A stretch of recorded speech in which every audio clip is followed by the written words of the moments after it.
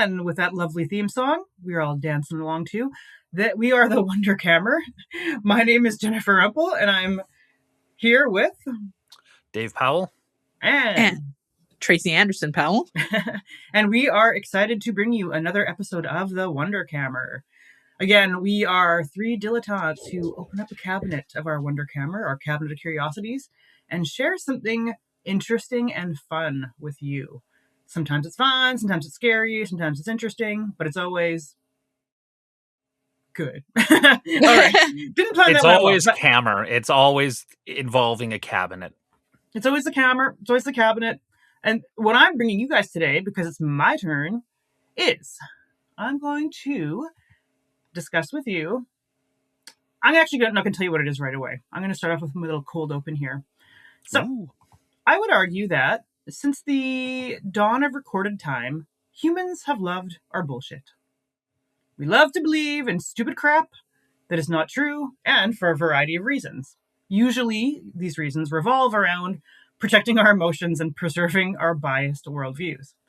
Some bullshit is relatively harmless and fun, although for myself, I know, I think teaching kids that Santa Claus is real is child abuse. So I'm very literal anti-bullshit. But we all have these little sort of quote unquote facts that we've picked up in our daily lives that we're pretty sure they're true, but we've never bothered to actually investigate. So you've heard the rumor, oh, we only use 10% of our brains. That's Elephants never forget. That's I don't right. know if they forget or not, but something I learned as a kid.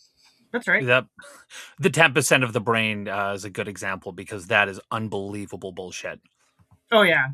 There's one that we lose 90% of our body heat through our heads. So that's why you have to wear a hat when you go outside. That's basically if you go outside without a hat on, the heat's going to come out from your head. It's not like your head is the cooling center. I learned that swimming about hypothermia, and I think the real reason is just surface area. You do lose heat through your head faster, but it's because it's round. That's true. That's a good point. More surface area. But not... I'm pretty round. I lose heat. So am I. Round is a shape. It's all good. Round's a good shape. But I'm sure you've heard the idea that lemmings commit mass suicide by jumping off of cliffs, right? Or pushed off by Disney. Yeah, that's what Yes, because we all thought that was true. Although by now, this is one of those ones that's been so thoroughly debunked. The debunking has become the myth in a way. Oh. So yes, Dave, you were correct. Before I get to my real topic, I do want to talk about some fun little bullshit here, because the lemming thing indeed was a myth created by the evil Disney Corporation in the 1958 so-called documentary White Wilderness. So I'm going to quote from the website of the Alaska Department of Fish and Game. So, according to a 1983 investigation by the Canadian Broadcasting Corporation, CBC represents, producer Brian Valley, so according to the producer, the lemming scenes in White Wilderness were faked. The lemmings, supposedly committing mass suicide by leaping into the ocean, were actually thrown off a cliff by the Disney filmmakers. The epic lemming migration was staged using careful editing, tight camera angles, and a few dozen lemmings running on snow-covered Lazy Susan-style turntables. So, I didn't know about the Lazy Susans. Oh my god. No, I didn't. It was to make him dizzy. Spin around. I didn't quite figure out how the Lazy Susans factored into it, but they had to make the lemmings dizzy. A lemming merry-go-round. Yeah. Oh so White Wilderness was filmed, guess where? Our very own Alberta, Canada. Oh, really? Yeah. So the producers, God bless. And they point out that Alberta's a landlocked province. Not going to jump off into the sea. It's not even the lemming's natural habitat. So there's about 20 lemming species. Yeah, there's 20 lemming species found in the circumpolar north, but not in the area of Alberta where it was filmed. So this is according to the producer, Brian Valley of the CBC. The Disney people bought lemmings from Inuit children. What he says is a couple of provinces away in Manitoba, and staged the whole sequence. So they bought children's pets off them and pushed them off a cliff. Yes. Oh, that's grim. We call this Milo and Otising the lemmings. Yeah. Oh, God. My sister told me about Milo and Otis. I'm like, I am traumatized. We had a cat where we got a cat, and I wanted to call him Milo because he was a little orange cat. And Dave happened to look up on Wikipedia about all of the horrific animal abuse, and we couldn't name him Milo, so now he's Munch. They went through a lot of Milos. Munch is a good Yeah. name. Munch is a Milo, great yeah. name. Yeah. Anytime you name anything, you have to double check, right? Like, was this person canceled? Are they a serial Should this rapist? person be canceled? Yes, It's why exactly. it's why we couldn't keep that gerbil we called Hitler. It was just odd. It's too bad, man. But it was a cute little name for a gerbil. The more He I had a learned little about that guy, the mustache. less I liked him. It's unfortunate, you know? The name, heard the name first. I think it's now controversial to say that, he was a bad guy, but more I learned about him, sir, you done wrong. I think so. Someone should have told him, Not doing the right thing. Bad man. Business Insider weighed in on the lemming controversy for some reason, noting that during their migrations, lemmings sometimes do fall off cliffs, or if they wander into an area they're unfamiliar with. So, lemmings don't always... any animal. Yeah, thanks for that tip, Business Insider. Because you got to have both sides of the story. Sometimes humans fall off cliffs. Lemmings just fall off cliffs. Disney's not lying. Oh, I get it. It is we need to represent both sides of the lemmings hurl themselves off of cliffs for no reason argument. I know. Got both sides. Fun thing about lemmings is because I am what's the best way to say it? I find zoology fun. I wouldn't say I'm a zoology nerd because that would imply I have any education in it whatsoever. But you can just go look up videos of lemmings, and they love to stand and try to stand off with people and scare them off. And it's the cutest thing in the world because they are, basically Arctic mice, right? They're just little fuzzy critters. They're adorable. They are. Like, back off, or Walt Disney's coming over here and kicking you off this ledge. Okay. Mm-hmm. Our episode is not about lemmings. I think it would be funny if that's what lemming parents told their children. They probably do. If you don't go to bed, Walt Disney's going to shove you off a cliff. Yeah, exactly. After getting you real dizzy. Yeah, lazy Susan for you. I did see a brief clip of lemmings falling off a cliff, and I was horrified, and I didn't include a link because it was very sad. Yeah. Just a little gif. I'm like, that's awful. But yes. So what I would say, bullshit is fun. Kind of. Not to me, but to some people. But it can also be dangerous. I mean, look at RFK Jr. We're dealing with this. Look at those poor lemmings. Right? So, now we come to the true core of my tale. So, again, as long as we humans have believed in our bullshit, there have been those who have done their best to debunk said bullshit. For example, Sir Thomas Browne. Browne with an E. Have you heard of this guy, either of you? No. Kind of rings a bell, but I'm going to say no. Maybe since it rings a bell. Or you might know him as Thomas Browne Knight, MD, as he's entitled on the frontispiece of his work called Pseudodoxia Epidemica. Oh boy. Ooh. So that sounds official. I'm going to send you a link to this work online. Just real quick. We can probably cut this from the record, but I will just send you that link real quick in chat. So you can just take a look. It's you can see this is the online version by one James Eason, I believe, created it. Incredible work of typing and layout. This is an entire... so Pseudodoxia Epidemica, I'll get into the web page a bit more later on, but essentially, this book, we're going back to... Okay, let's cut all this. Sorry. We'll start back at now. So this bullshit can be fun, but can also be dangerous. Sorry. I lost my step. So we're going to just stop and I'll start again. Okay. We're keeping all of it in. No! We won't. Okay. So Pseudodoxia Epidemica okay, stop that. Okay. Sorry. Now we're starting. Okay. Inhale, outhale. Inhale. Go to the right spot outhale. on the script. You've got this. You've got this. Okay. We believe you. Yay! So for this episode, we're going back to the 17th century in Europe again. This is a very fascinating time of scientific and political revolution. We went back there in my episode about anatomical specimens. So, Sir Thomas Browne, Knight, medical doctor, was born just plain old Thomas Browne with an E in 1605. He was born on October 19th, to be precise, which is kind of funny because I started writing this essay on Sunday, October 19th. which I did not Oh. know was his birthday. Coincidence? Kind of spooky. Anyway. Yeah. Thomas Browne was born in London, England, so a middle-class merchant family. He attended Winchester College, then Oxford University, continuing his studies in Padua, which we know about. That's where our poor punished suicide was scalped, in Padua, medical school there. And guess where else he studied? Leiden. Yep. I'm not doing this on Found it. purpose. I'm not doing this on purpose to brag about my Leiden connections, but really, he did go to Leiden University. I didn't know that when I started working on this. I knew about this work, but I didn't know his connection to Leiden. But anyway, Leiden is just a very old university with a lot of weird people who studied there. You are a spectacularly skeptical and non-superstitious person. And right now, everybody who believes in the woo-woo stuff is screaming at you that the omens are calling and that the ghosts are circling you, and you just refuse to deal with it. You're just scullying the hell out of this. Oh, yeah. I mean, to me, it's mere coincidence. That's all. There's boring. Stars. Even though, October 19th, started working on it. Oh, I'll be damned. Kind of interesting. Oh, Leiden. Interesting. Although that one, yes, as I said, a lot of weird people studied at Leiden, especially the medical professions in the 1600s. Leiden was important as a medical center. So, yeah. There's coincidence, but I kind of get it. So Browne receives his medical degree from Leiden in 1633, and he ends up returning to England. So he moves to Norwich. I don't know if you've ever seen Alan Partridge. Anyway, I always think of Radio Norwich. Anyway, so he goes to Norwich for his medical profession. He stays there until his death in 1682.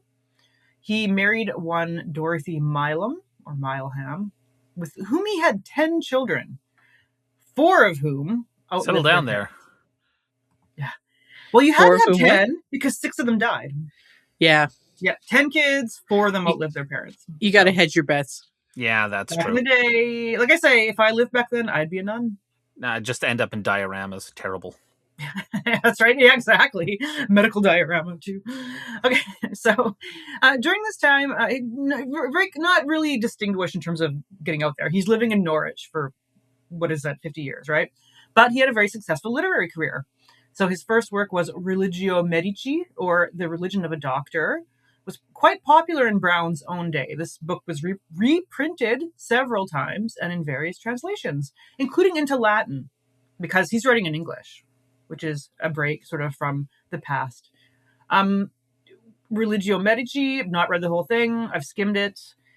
I don't find this topic interesting, but basically with this book, Browne is arguing that religious faith is not incompatible with the practice of medicine, nor more broadly with science itself. Everyone has different opinions on that, but I would say at the time Browne was writing, probably a pretty important message. That, hey, you don't got to pick either or. Here's what Browne writes in Religio Medici. He says, "Thus, there are 2 books from whence I collect my divinity. Besides that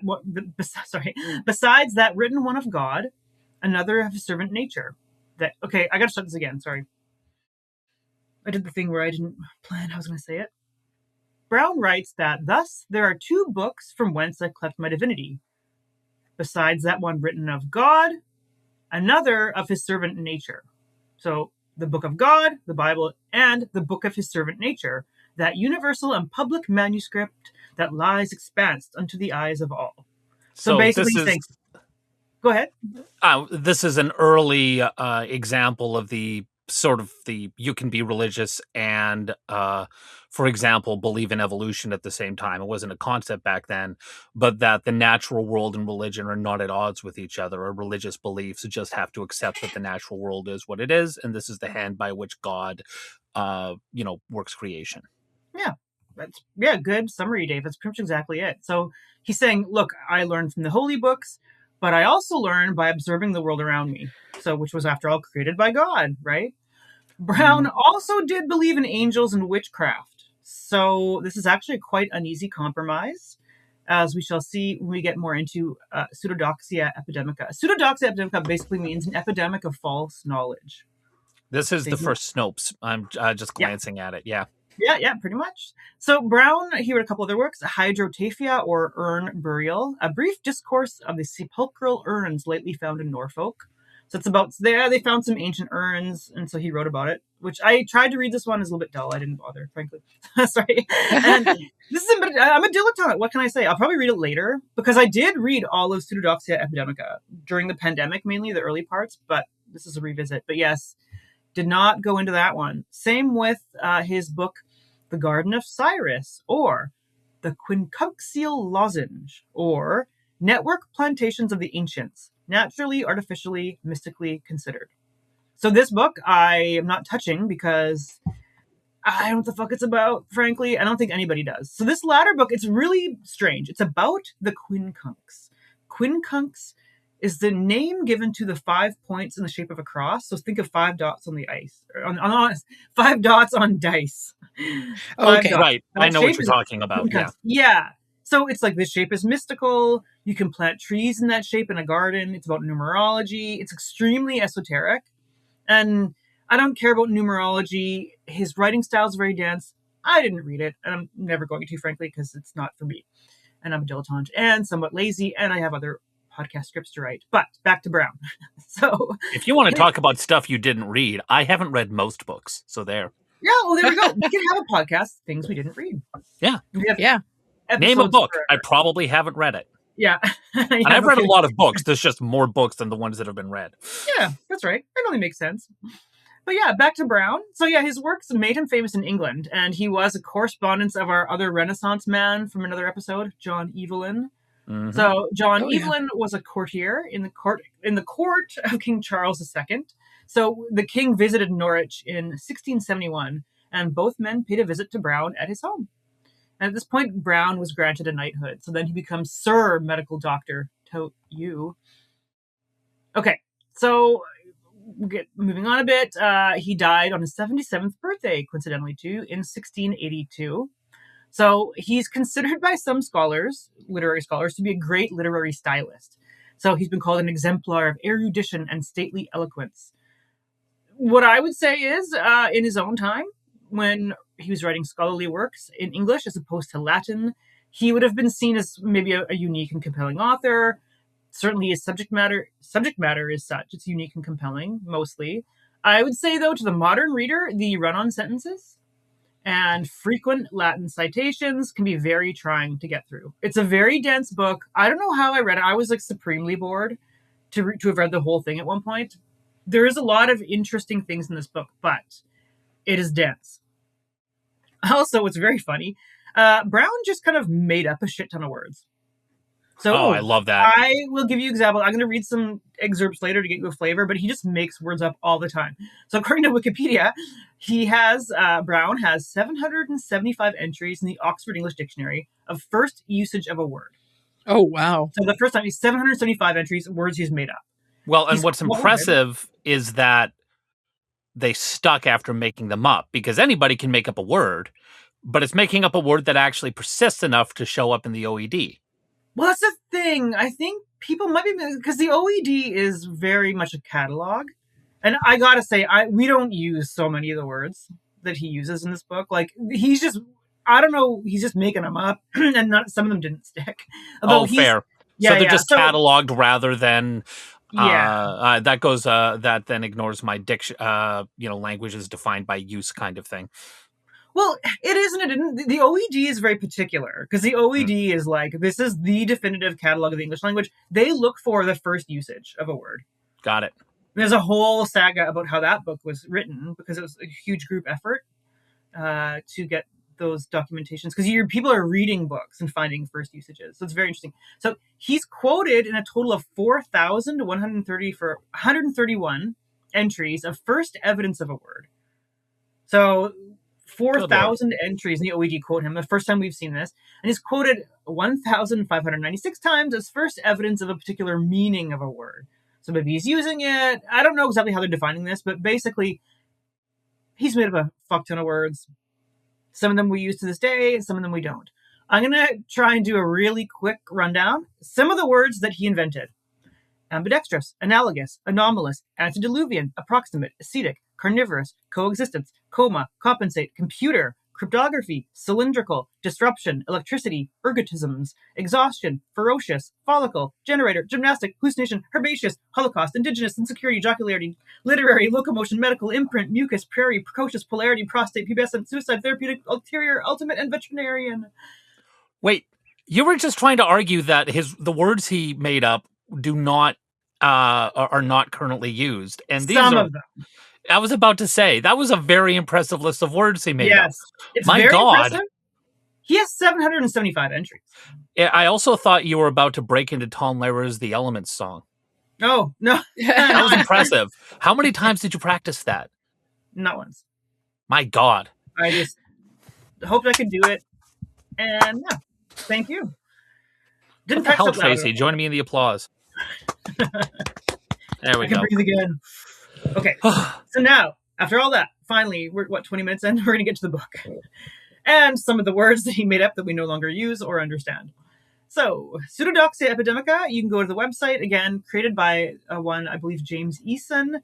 Typed this out manually. It says from the 1672 edition and carefully proofread quite some time ago. But yeah, you can read the whole thing online, and reading it online is better than the print book. I had a print copy that was basically just a digital printout, and it was like upwards of 600 pages. I think maybe 700.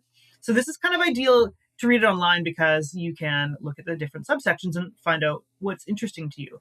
So this book, Pseudodoxia Epidemica, is divided into 7 separate so-called books, 7 parts, each further subdivided into chapters. So I'm going to give you a quick outline of the topic of each one, and then I'm going to go into some of the fascinating highlights from each book. Ooh. So we have book 1 is a general introduction. Book 2 is about minerals and vegetables. Book 3 concerns animals. Book 4, man, humankind.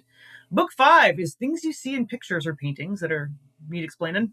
Book 6 is geography and history. And then book 7 deals with some scriptural and historical myths or common beliefs. So book 1, pretty boring. It's just called the general part. And it's sort of about the reasons why people believe in things that aren't true.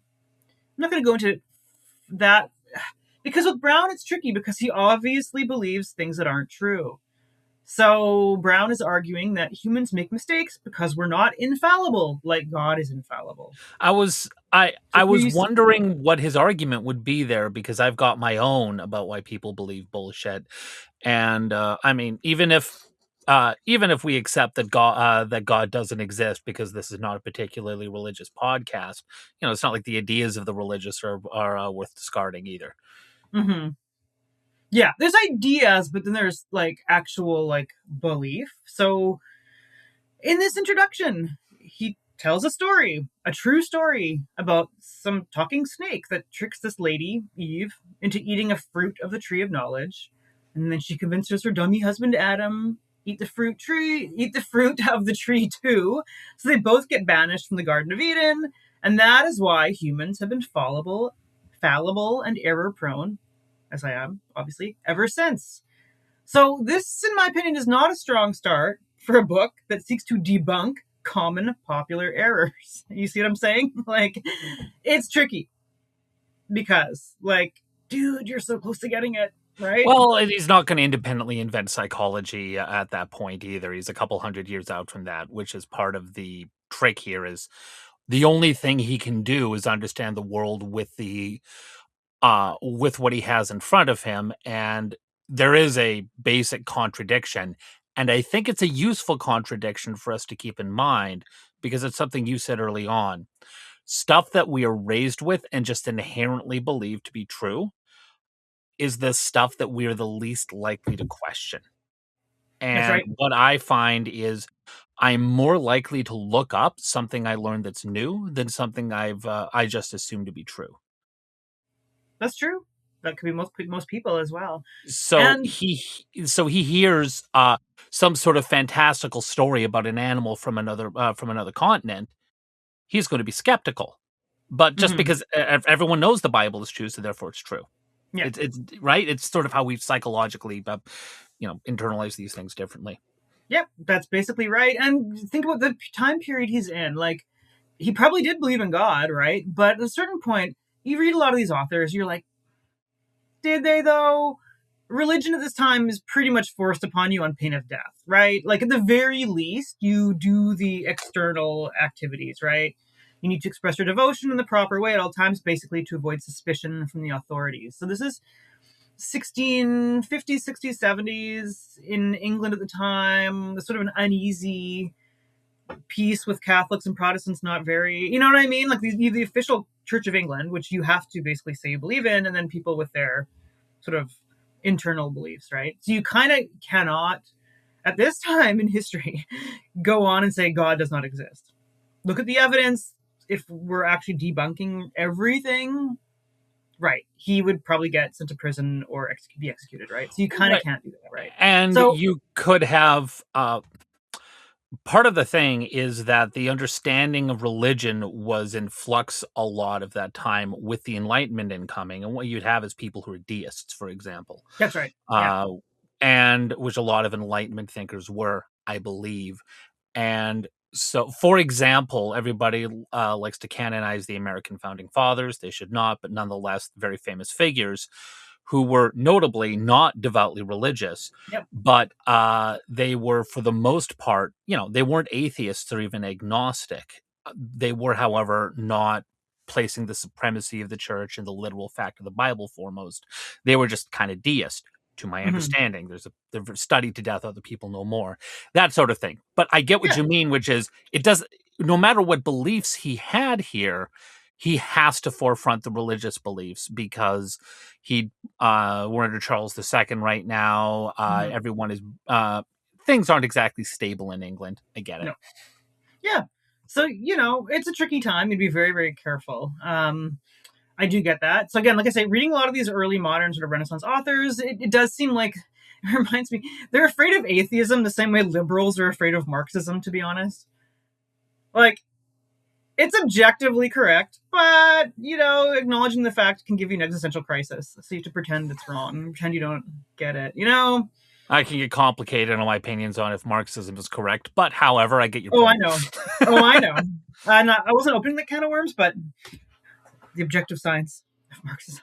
Okay, moving on. So, Browne argues also that man is fallible as an individual. So they're really fallible when you get a bunch of them together in a culture. Okay, so we're going to get to the fun parts now. Even in a bar, if you get a bunch of them together in a bar, they are extremely fallible. Yeah, that's the thing. Because, we're all lemmings. No, I'm just kidding. But no, that's basically his argument. It's like, humans just we're not infallible like God. You bunch them together, all these bad ideas will percolate. Blah, blah. But the fun parts. Okay, so second books. We're getting into kind of fun. This is sundry popular tenets concerning mineral and vegetable bodies. So rocks and plants. Do you guys know any urban legends about rocks and plants? Folktales? You might know some. I'm sure I can't think of anything off the top of my head. What's an urban legend about rocks and plants? I am blanking, but there's going to be stuff like poison ivy cures or... Oh yeah, I never thought that. Urban just legends. I couldn't think of any. So. I'm blanking. I know they exist. I know they exist, but they're not the urban legends that dominate our sort of current milieu. What about Leaves of 3, Let It Be? Leaves of 4? Eat some more. Leaves of 4, eat some more. Yeah. What does he mean by that? Does he mean like strawberries or raspberries or... I think the point is that they mindlessly eat plants and probably get sick. Yeah, I guess. That's true. Right, but I see what you mean. Yeah. So I'm trying. These are kind of folk ideas. Yeah, there are some. I can't really think of any. The main things are like cures and stuff, right? So I started off. Like, I'm going to do a pretty close summary. I'm going to go into each little myth he mentions. I can't. It's impossible. I want this to be a one-part episode, light and kind of fun. So I'm going to just pick out some of the more fascinating highlights. Again, this is all very easily available online, very conveniently packaged, where you can click on all of the headings and read about all the bizarre things he debunks. As I said, Browne's writing style to the modern ear is extremely dense, quite baroque. And again, I'll read a few excerpts to get a better flavor of that. So some of these myths here in the rocks and minerals section, or rocks and plants section, are some interest to a modern reader. So again, a lot of these, and this is true for most of the book, a lot of these have been so thoroughly debunked or forgotten about, they're just not on anybody's radar anymore at all. But a good grifter could revise some of these ancient beliefs if they want to make some money. Look, ancient Thomas Browne Is says, there anything in here on raw milk and beef tallow? fortunately not. Might be some stuff about, there's stuff about like drinking bad milk. It can make you There sick. you go. But yeah. I'm just hearkening back to RFK and how the only thing that people are allowed to eat is as cattle products for some godforsaken reason. Oh, probably because the cattle industry. I'm sure the cattle industry is like It's making got money to. off. There's also, this ties in with very Jordan Peterson style philosophy of manhood and how beef is just the manliest thing you can possibly eat. And so if you want to embrace masculinity in this sort of pseudo-fascist return to form, get away from the soy boy thing, obviously what's the opposite of being a soy boy? It's eating beef. And then you Beef end up boy? with RFK pushing raw milk on grocery store shelves, which will kill people, Yes. particularly children, and then beef tallow because seed oils are apparently bad for you, because Lord knows all of human civilization is based off of eating seeds, and we can barely live till 90. Like, Yeah. Jesus. Beef tallow is fine. It's delicious. I'm happy that it's more available now, but the notion that it is the only cooking product you can use because saturated fat is, like, we know saturated fat is worse for you. Anyways, rant. People are going to clog their arteries. They're going to be like 45 and dropping dead of heart attacks. What happened? I just ate beef every day for every meal. That's currently Jordan Peterson's. He's not 45, but he's currently dying of not cleaning his room and is eating beef to get better, and it's not working for some reason. Yay! Imagine that. Back to rocks and crystals. You all know that crystals are not made up of really, really cold hard ice, right? That was something people believed. I do understand that. Oh, good. Back in the day, they didn't. I can kind of see why. If you saw a crystals, ice, same shape sometimes, same color sometimes. Apparently, they're very cold in your hand if you're handling them until your hand warms it up. Yeah, that's right. yeah. So it doesn't melt though because it's so cold and hard. So this is apparently a popular myth. This is passed down even from Pliny. Pliny comes up a lot. It's like Pliny this, Pliny that. Pliny. My understanding is that Pliny's writings created so much brain poisoning throughout the Middle Ages into the Renaissance that pretty much everything he ever wrote had to be debunked. Yeah. And again, it's not necessarily that, we want to go beat up Pliny. He was doing his best, I'm sure, but his writing survived and just got passed into conventional wisdom in a lot of different ways. And yeah, it's just wild how, particularly with medicine, all sorts of wacky stuff came out of that guy. Anyways, go on. And we had to sort of, again, they were very deferential to authority, and you really could not question it because this is how we do things.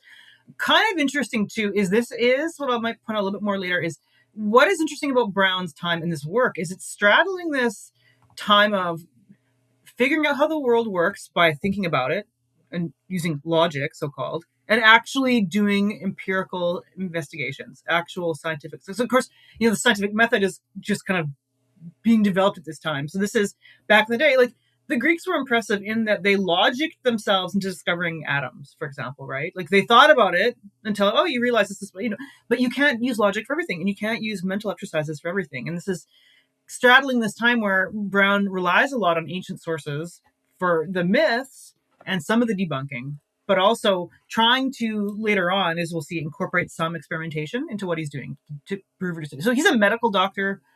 He's done experiments. He went to university, at Leiden, one of the greatest universities in the world. And so obviously he's a genius. For the viewers at home, I'm making the air jerking motion. I know. Just to be clear, I don't. No, you can see me. I know. I can see. Oh yeah, I can see you. Yeah. But so Pliny's wrong about this. Crystals were not formed by the cold, Browne asserts, but by a mineral spirit and lapidifical principles of its own. Lapidifical. Related to rocks? That's probably a word he invented. I had to type that out phonetically. So again, he's saying this is not true. They're formed by some kind of mineral liquid, according to its own principles. Doesn't know what they are, but that's how it is. So he points out you can Closer. find. Sorry, It's Go ahead. closer. Yeah, that's right. And he says he goes into a pretty long spiel. Yeah, he finds how he proves this. Well, you can find crystals in rivers that don't freeze. He goes into a pretty long spiel about the differences between ice crystals, which are pretty obvious. Concludes that he concludes by affirming that crystals, the stones, are made of concretions of even tinier crystals, which is basically correct. So he's thinking himself into, well, they're obviously made of stone. How does a stone get formed? By pieces of other little stones. Okay, but he's not really explaining it. He's sort of saying they're not ice. Crystals aren't ice, but they're rocks, and they're formed by some mechanism we're not sure of yet. It's really interesting to see how the scientific method slowly evolves out of this kind of thinking. Because what he's done here is he's using not experiments, but at least observations, and obvious ones, such as, well, crystals don't melt in water. Mm-hmm. And then he is just rationalizing and creating of his own mind the best he can do, which is how medicine worked for quite a while until we got to germ theory and stuff like that. Mm-hmm. But it's very interesting to see how half of this is based on observation and the best you can approximate to a fact, and everything. But so it's observation plus speculation, basically. Oh yeah, rather than purely folk wisdom. Yeah, that's right. This is again, he's not afraid to sort of challenge the conventional wisdom, and he's doing it. This is why he has to be so dense and go into all the sources, because this is part of his scholarship, right? He's obviously reading tons and tons of material, he's doing all the scholarship, but he's using that and his own thoughts, and again, you'll see a bit later on some experimentation on his own, right? Yeah, you're right. It's the move from speculation to an actual scientific method. Yeah. So he goes on to talk about magnets and how do they work. I hate to disillusion you. Lost knowledge now, according to Trump. Amazing. Yeah. It's not disillusion you both. Garlic does not, in fact, hinder the working of a magnet. Oh, I had no idea. Garlic and magnets clashing, killing its power. Don't worry about it. I love that. I want to know how that came about, because clearly somebody was trying to do some alchemy and their magnets didn't work, and he had garlic on his hands or something. You have to think. Yeah, I don't remember. I gotta look into that one again and see why did he. How does this? It's like when you see a weird warning sign: "Don't attempt to stop chainsaw with hands or genitals." Well, who's the person who's responsible for that warning sign? Who fucked up their magnet with garlic? Whenever I see a warning sign, I'm like, this is here for a reason. The sunshade on your car, do not put this shade on the car while it's moving. Yeah. Safety regulations are written in blood and warning signs are written in dumbass. Yes, exactly. Yeah. Which is why I offer regulation. They're there for a reason. Oh, yeah. So, that said, Insane Clown Posse may be smarter than we think. For Browne, like the ICP, did believe that magnets were a gift from God. And a demonstration. Maybe a future Wonderkamer will be strongly defending juggalos as a force for good in the world. But anyways, we'll move on to that. There's a time during COVID where I was like, I could be a juggalo. Whoop whoop. Don't like the music, don't like wearing makeup, but they seem like a decent, chill people, to be honest. But yeah, who's stupid now? Thomas Browne didn't know how magnets worked. There's some A friend told me a story about. I'm sorry, I'm going to have to do more on juggalos. A friend told me a story about how a man was bragging to people about how his daughter was really moving up in life because she was coordinating all the parking for the gathering of the juggalos. You know what? I love that. You know what? I think good for her. I was about to say, it's both extremely funny and also good for her. I'm glad you're proud of your daughter, and that actually seems like a good gig because it's a very, very big festival, but also inherently funny. It is sometimes absurd when moving up in the world includes juggalos, but hey, you know what though? Where did you start from? Geez, kind of don't want to know. Hopefully they're okay now. But Browne couldn't explain magnets at the time, so basically they were a miracle. Leave it at that, right? Also, goat's blood can't break diamonds. Oh, that's good to know. Pretty easy to test. Tested it. Doesn't work. Huh. These are all. They thought goat's blood was someone just bragging at a bar. How does that one come about? He does provide sources for where these myths came from, right? Ooh. Or like, oh, this is just some kind of general idea. Pretty easy to test. It had been tested. Speaking of testing, you guys know glass is not poison.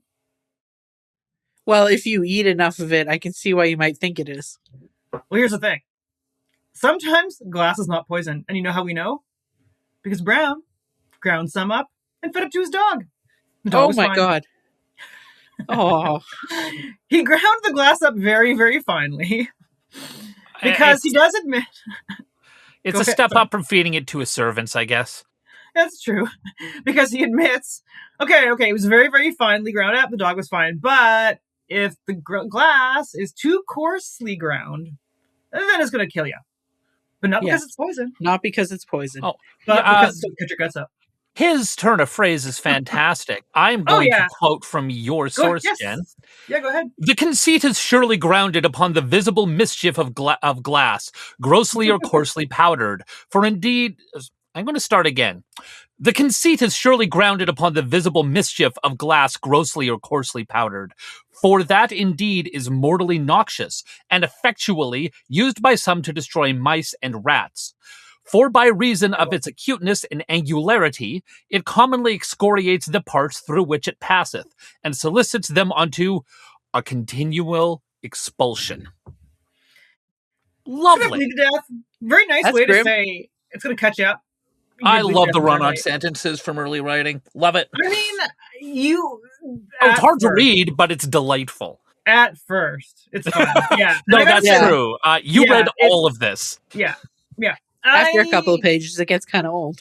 Yeah, it does. And this took me, again, it was early pandemic. I had a print copy, kind of in the evening, sit down, read for an hour, half an hour. It took me a while. Didn't remember a lot of it. Got a level with you guys. So when I came back to it, I was like, oh yeah, I remembered some of them, but I really had to get back into it. But these are, it's, again, very fun to just dip into. The translation here is, no, glass will not make you shit yourself to death. As I scan through this. This is interesting because here's a good piece of folk bullshit that's commonly believed. Daddy longlegs or harvestmen could kill you with their venom. However, their fangs cannot puncture human skin. Both are wrong. Totally heard that. Harvestmen have minute amount of venom to the point that humans would not notice it. And they can actually bite you enough for you to feel it. They're just uninclined to bite. And they're so leggy that they're kind of hard to like pin down in a bitey position. They're not like, and they're not spiders either. But the thing here is that they are, Mythbusters actually did one on this where, no, they're fine. They're just fine. They're just little guys hanging out.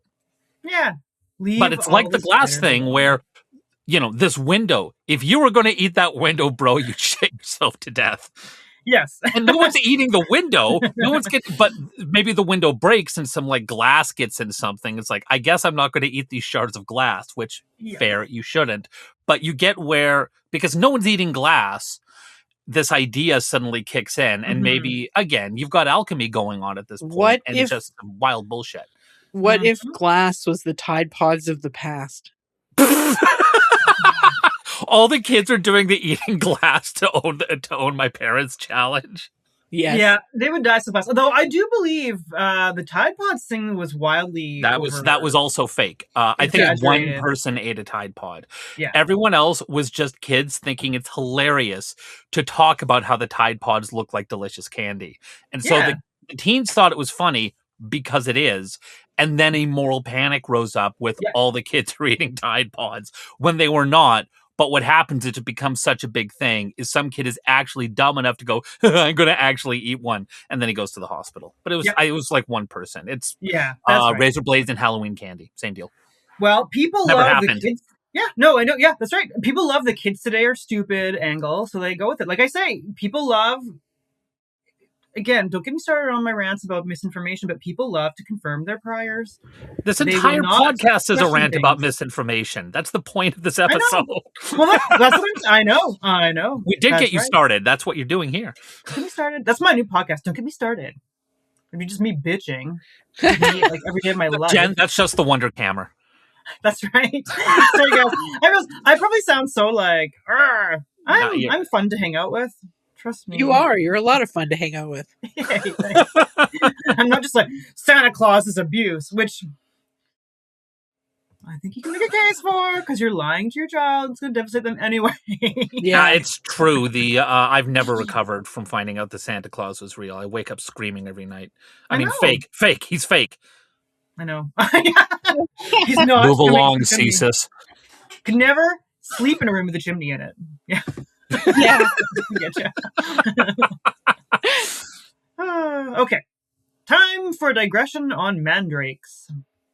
Browne spends a lot of time on the mandrakes. Do you know what this plant is all about? No, I don't. I know it is a fictitious plant. Interesting. Okay. I know. I think there's a real plant called a mandrake, but I just kind of know because I've played a lot of fantasy role-playing games, and also I'm aware of Harry Potter, that context of mandrake. And but I don't really know about its properties as an actual plant. Okay. So there's an article by Natalie Lawrence from the Public Domain Review. This discusses the history of this plant in Eurasian folklore and medicine. I went into detail on this because this one is one that's a little bit more well-known. So I'll just send you this. You can see what some mandrakes were thought to look like. I actually have look it up. Just glanced at Thomas Browne's heading on mandrakes, and suddenly I'm remembered why mandrakes have mystical significance. Yeah. Oh, yeah. Yeah. Yes. Mandrakes look like people. That's right. Yep. The root of the mandrake is shaped like a person, and so is imputed to have many magical or healing properties. This is from the Lawrence article, Public Domain Review. The mandrake, or mandragora, described by ancient Greek physicians, was most likely the Mediterranean species Mandragora officinalis, part of the Solanaceae, or nightshade family. I think I got that right. These plants produce tap roots that thicken to create the appearance of subterranean humanoids. So apparently mandrakes are hallucinogenic, and they were used throughout the ancient world to treat various ailments, including anxiety and depression. Honestly, hallucinogenics, they help with that. Just my opinion. They were also considered to have magical properties. If that's not magic enough, anyway. Mandrake roots look cool. Yeah. Also, the art in your source here is beautiful too. I love it. Yeah, it's really, we'll post this. This is going to be a link in the sources too, and maybe I'll post some of these pictures too. Mm-hmm. I mean, you can see what this looks like. So they were considered to have magical properties. So mandrake amulets or figures were used from the medieval period to bring good fortune and happiness, even to cure sterility. So they were thought to grow this is where it gets gross.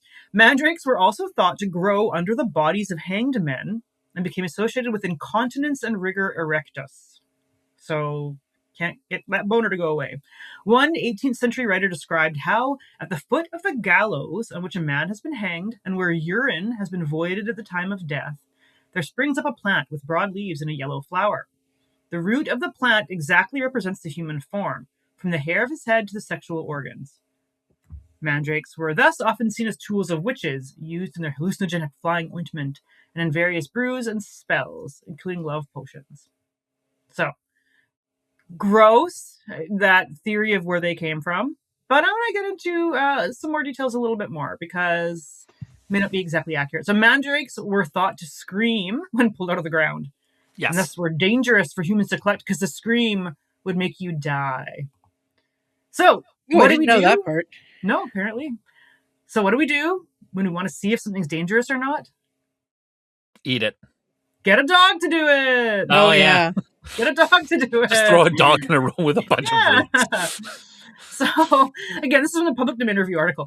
Someone wanting to harvest a mandrake could apparently loosen the earth around the root, tie one end of a rope to it and the other end to a dog, and then move quickly away. The dog would follow, often coaxed by food, and drag the mandrake up, succumbing to its deadly cry and rendering the root safe to handle. So tie your dog to the root, have the dog pull it out. The dog is going to die, but you'll be okay. I just put a box over it. Something. Plug your ears. Yeah. They have the myth of the sirens. They could plug their ears. They know about this kind of thing. Anyway, yes. So very bad, and always testing things on dogs. So Browne, of course, proceeds to debunk many of these myths. First of all, a lot of plants are shaped like people, unlike other animals, and they're not magical, right? There was a tendency at this time to really want the natural world to be organized according to specific categories. So there was this belief that, every animal on land has a corresponding animal on sea. Well, just because a seahorse looks like a seahorse, there's no other corresponding. What's the land whale, right? Oh no, that can be a really mean joke about somebody. I'm not going to say anything. It's the land whale. That's me. No, Shout out to seahorses for being the true sonic emperor of the animal kingdom. Oh, really? Yeah, the males get pregnant in seahorses. Oh, that's nice. Oh, they do. That's right. But yes, this idea that things were corresponding. So if this root shaped like a man, other roots shaped like kidneys would cure your kidneys. This kind of stuff, right? Which obviously is not true. But there was this. They really wanted this ability to classify. I'm going to read another section on the mandrakes here because I think this is lovely. A third affirmeth the roots of mandrakes do make a noise, or give a shriek upon eradication, which is indeed ridiculous and falls below confute, arising perhaps from a small and stridulous noise, which being firmly rooted it maketh upon divulsion of parts. Here's what I love. A slender foundation for such a vast conception. For such a noise we sometimes observe in other plants, in parsnips, licorice, eryngium, flags, and others. I mean, I get it. I'm doing the translation of the roots scream because when you rip plants' roots out, they sometimes squeak. I like the notion of noisy parsnips. Yeah, that's true. That's the thing. There is, it is an interesting book to read. After a while, I wrote this episode after, staring at it for weeks and weeks. I got sick of it.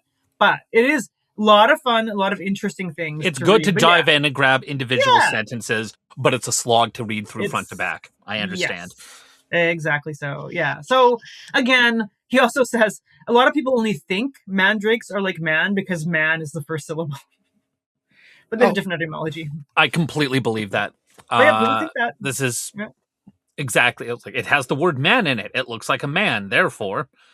It is man, yes. Yeah. So he also, Browne debunks the rumor mentioned above about the hanged men's urine being the source of the mandrake. So I think the Public Domain Review article was citing a 17th century author who was being a little bit delicate, right? They're not talking about urine. These drops, Browne calls them drops of fat or urine. What he's actually talking about is semen, which is pretty gross. He concedes there's some sense here, so he's like, semen begets little men. Therefore, semen on the ground should beget little man-shaped plants. That actually follows in... if you don't know how plants propagate and that kind of stuff, here's my lovely crop of jizz blossoms. Yeah, because they didn't know. And so now Browne's like, oh no, this isn't true. There's no correlation between semen and bodily fluids in the mandrake because this goes against the rule that decaying animals actually generate specific insects. So bear with me here. Browne reports this fact. So oxen decay into bees. Dead horses decay into hornets, etc. Abiogenesis. I love this stuff. Yeah. So he's debunking it with something that's also totally been debunked, right? Well, so actually, bees come from oxen, you dummy. Yes. Love it. So he's saying, every dead animal body decays into a specific and unique insect. Therefore, these seminal productions, which are like other corrupt and excrementous humors, should turn into something else and not a human-shaped thing. I don't even want to imagine what that kind of creature would come from excrementous humors. I thought... Think about this. They're gathering roots. You have a man who's been hanged. All his fluids are leaking out. A plant grows out of it. Yeah, let's eat that plant. That's what they're doing. It's getting magical powers, I guess. I thought he was going to run off and jerk off on a gallows every night and see if a mandrake shows up. You know what, though? He might have tried. We just don't know. He's a man of many experiments on his dogs. Hopefully not that one. He kills some chickens later. Jerk off his dog at the gallows. Oh, God. But that would, you'd think little puppies would come out, which would be cute, but it would be like some kind of other hideous insect. Yeah, flying ants. These people are living in a nightmare when you think about it. They wonder why Hieronymus Bosch got his ideas. This is just in their fucking heads. Life is a Someone's just been nightmare. murdered. There's a body hanging overnight, and he hauls his dog over. Like, this is Cometh here, Fido. Yeah. Oh god. So yeah, that's the mandrakes. Makes sense. And again, as Dave mentioned, he points out that mandrakes don't scream that pull out of the ground. It's just roots squeak when you pull them apart. It's as simple as that, really. It's not dangerous to dig up because lots of people have dug them up and have survived. Yeah. So yeah, what he also points out that is interesting, though, is he points out that rumors surrounding the mandrake tend to persist because it's seen as so dangerous and scary that most people are not willing to test their luck or their dogs' lives, which is nice of them. Yeah. Same deal with why glass is poison and why daddy longlegs have deadly venom. Nobody gets bit by daddy longlegs, and nobody eats glass aside from the light bulb enthusiasts. Yeah. Yep. Seen some of those. Well, not in real life, but I've seen x-rays. Okay. So, where were we? Moving on a little bit from the mandrake. Kind of an interesting one to debunk there in a little bit more detail. He does debunk some myths related to insects. Again, a lot of these are things we don't even know about anymore, but apparently people used to fear something called the dead watch. Ooh. This was, you're in a silent room, a person is ill, and you start hearing a ticking sound. People would say, oh, it's the death watch. The spirit of the dead or something are watching. They're counting down the person's life. Pretty fascinating because watches would only have been like a couple hundred years old at this point. Anyway, death watch. Apparently what this was a little bug. A death watch beetle. It's a little insect that lives in wood and makes a little clicking or ticking sound, which there's nothing to be afraid of unless you're afraid of bugs. Oh, and it'd be so quiet. Yeah, so he points out, it's in the dead person's room. People would be so quiet, you'd actually be able to hear stuff. And you hear this tick, tick. Oh my god, it's your life ticking away.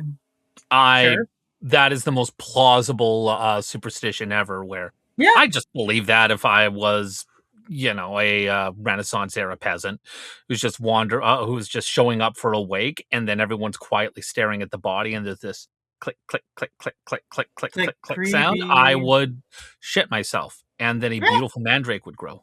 Yeah, that's right. Lovely.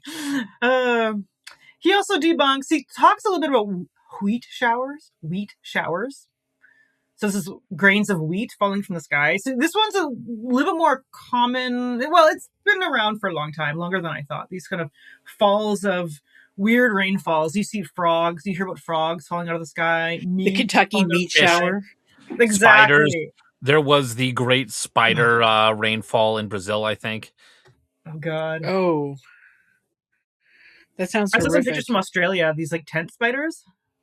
But yeah. Oh. A lot of things fall out of the sky, and it looks very scary. So he's not debunking every single report, but he notes a local case in which it turned out that the wheat falling from the sky, was actually just ivy berries being released by birds. So presumably they're puking or pooping on people's heads. Like, oh my god, it's raining wheat. Or just dropping stuff and... Yeah. Or being blown off a roof. He points out, like, oh yeah, wind sometimes. Yeah, so many different ways this can happen. It's nothing scary. Again, you mentioned the famous Kentucky meat shower, which is caused by a bunch of vomiting vultures. Because birds will also, I think the quantity is alarming, but birds apparently, if they see one puke, the rest of them will, because it's like, oh, something's wrong with this, get it out. So vultures, if one pukes, the rest of them will puke. So you get like a shower of one vulture puke in Kentucky. Or ivy berries from the little sparrows, which is a little bit more pleasant and cute. Or the great WKRP turkey drop. Yes. Oh, God. God is my witness. Horrible. Okay, so we're going to move on now to book 3. I was trying to make this a one-parter, but we'll see how good we do. Book 3 gets into some animal myths. Through line here with a lot of these, again, I am only picking out some of the more interesting ones, is basically that many ancient sources sort of misunderstood what they were looking at. And they invented a mythological creature that would explain it, right? So I would say this has much in common with today's cryptozoologists. So I might do an episode on this, but I'm very convinced that all Sasquatch sightings, just brown bears on their legs. Yeah. Oh, 100%. Looks like a person. And I'll just send you the link. I'll have this link in the notes. But basically, it's correlating. For some reason, all Bigfoot sightings happen in massive brown bear hangouts and habitats, right? So I'm pretty sure the whole Sasquatch thing, that's a black bear. But you see a lot of animals, or people were seeing the wrong thing and thinking it's something else, right? So he debunks the existence of creatures like basilisks, griffins, phoenixes. Comes to unicorns, he does throw a bit of a curveball because he does not deny that unicorns exist, rather, but asserts that in fact many different kinds of unicorns exist. Which is where I question his logic here. He's saying certain kinds of fishes, like the narwhal, I guess, horned beetles have horns, sure. And mammals have horns, including the Indian ox, the Indian ass, the rhinoceros, the oryx, and that which is more eminently termed monoceros or unicornus. So, except for the last one, monocornus or unicorn, those are real. They're basically just different kinds of antelope. Yeah. But they have more than one horn, right? I do not believe narwhals were understood to exist by sort of Western European sort of culture at that point in time, but their horns could be found. And I think that's why unicorns exist as a fact was so rooted, because if you recall the Humphrey Gilbert episode, there was him writing down how he owned a guy in the argument by demonstrating that unicorns are not indigenous to Russia. Right. And we laughed at that. Yeah. Right. And I'm speculating a little bit here, but I'm pretty sure narwhals were not described, which is the term for, because clearly you've got Arctic peoples who have probably encountered them, but they're pretty far north critters. And when you describe something, it means that it has been put into the taxonomy and given a scientific name.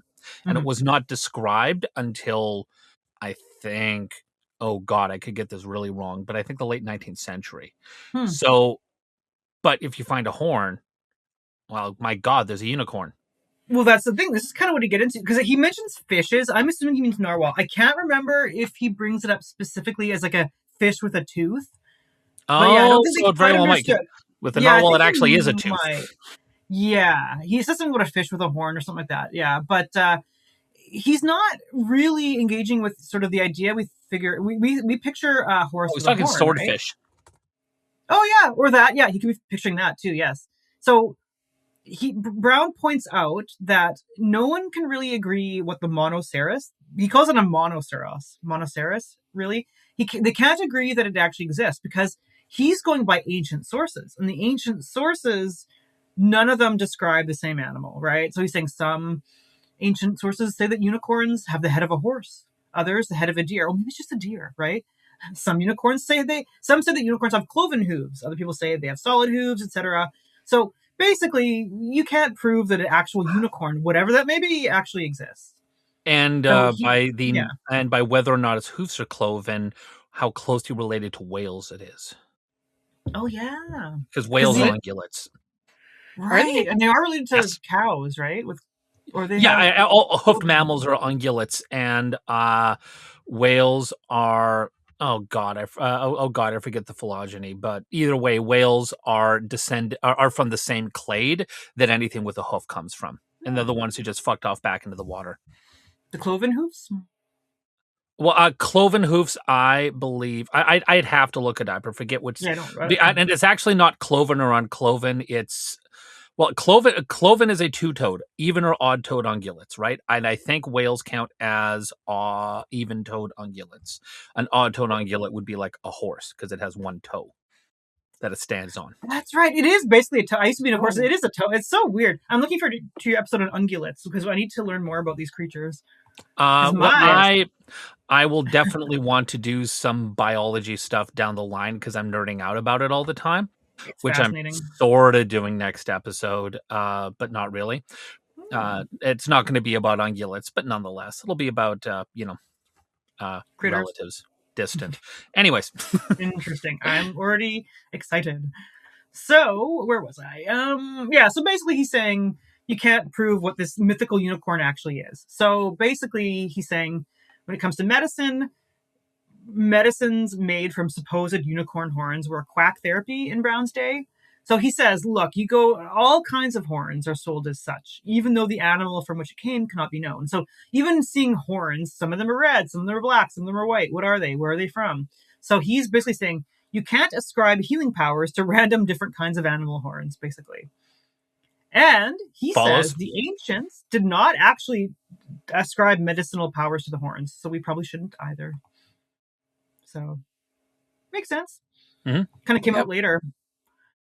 So, he goes on to really lambaste those who believe the ancient myths that elephants have no joints. So again, I love that because it makes immediate sense. Because it's not like you can see their knees. Yeah.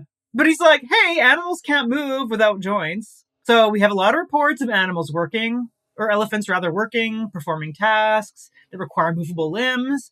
And moreover, Browne points out, an elephant was displayed in England recently. And a lot of people saw it standing, kneeling, and lying down. So there we are. He says, yeah, the legs look like pillars without a joint, but they're not. I love that. Yeah. Nice, and then they see the trunk moving around. Fun elephant fact. If they want to kill somebody, they will step on you and pull off your head. That is a fun fact. It's so gruesome. Don't piss off elephants. They're so sweet, and I love elephants, but I'm like, well, if they did it to somebody, they probably deserved it, but my God, can you imagine? That's going to haunt my dreams. Yep. Little bit for your sticky brain there. Anyways, continue. I have many fun animal facts. That's amazing. That's good to know. Fascinating. Next time I'm around an elephant, which I don't want to be around them. I'm going to leave them alone. I'll remember that though. They were also, so he doesn't address whether they never forget or not. I don't know if we'd interact with the elephants enough to know their wrath. That they will remember you and they will follow you and trash your funeral if you're mean to them. I was about to say the elephant who trashed that woman's funeral because it just hated her. Elephants are extremely smart. I don't think that they never forget, but I do think they are capable of holding a grudge. Oh, yeah. Yeah. Yeah. They're pretty much, brains are pretty comparable, I think, to toddlers and smart people. Or not smart people, but you know what I mean. Smart children. Yeah. Funnily enough, elephants were also rumored to be able to speak. And Browne concludes and says, actually, it's not impossible because we know that the serpent in the garden spoke to Eve, and dogs and cats are always speaking to witches, so we can't rule that out. Love it. Makes perfect sense. So again, they can't speak, but maybe... You know, those witches. And unfortunately, Browne did testify in a witch trial against the women who were burned at the stake. Oh. So he has some moral failures there when it comes to actually his beliefs. And that's where we see harmless beliefs can lead to bullshit. Well, he's canceled. Yeah, unfortunately. King, he'll be proven to be a woke king later on, but in that instance, I mean, you can't be a woke king if you're burning women to death. I'm sorry, but I do joke. He, has the good qualities. He debunks apparently famous myth in his day that beavers will bite off their testicles to escape hunters. I've heard that. Have you? I have never heard that. I've heard that. And it's bullshit, but I don't know why I'm suddenly saying I've heard that. I can't remember the last time I did, but I swear it's something that floated around. Yeah. I can see it coming up somewhere. Yeah. In a game or probably comes from situations where beavers escape traps and maybe their nuts don't. Because the exploitation of the New World is in swing at this point, as is the obsession with beaver trapping, which I don't think went full bore until later. But nonetheless, they're trapping beavers, and beavers are getting out of traps and leaving parts behind. So I can see where that would come from. That reminds me, though. Have you seen hundreds of beavers? I've seen a few beavers. Oh, it always sounds so bad. Have you seen Hundreds of Beavers? The film Hundreds of Beavers? No. You have to watch it. I'm going to take my advice. Smoke a bunch of weed, take some edibles, watch this movie. You might actually die from laughing. Beautiful. That's my advice. All right. Yes. Take it from me. You don't want to die. I would be very sad if you guys died. But the weed makes it it's a lot of fun. It's a fun movie. Excellent. But yes, they do escape hunters, but maybe not in the way you think. Again, you're picturing, like Dave here, beaver balls in a trap.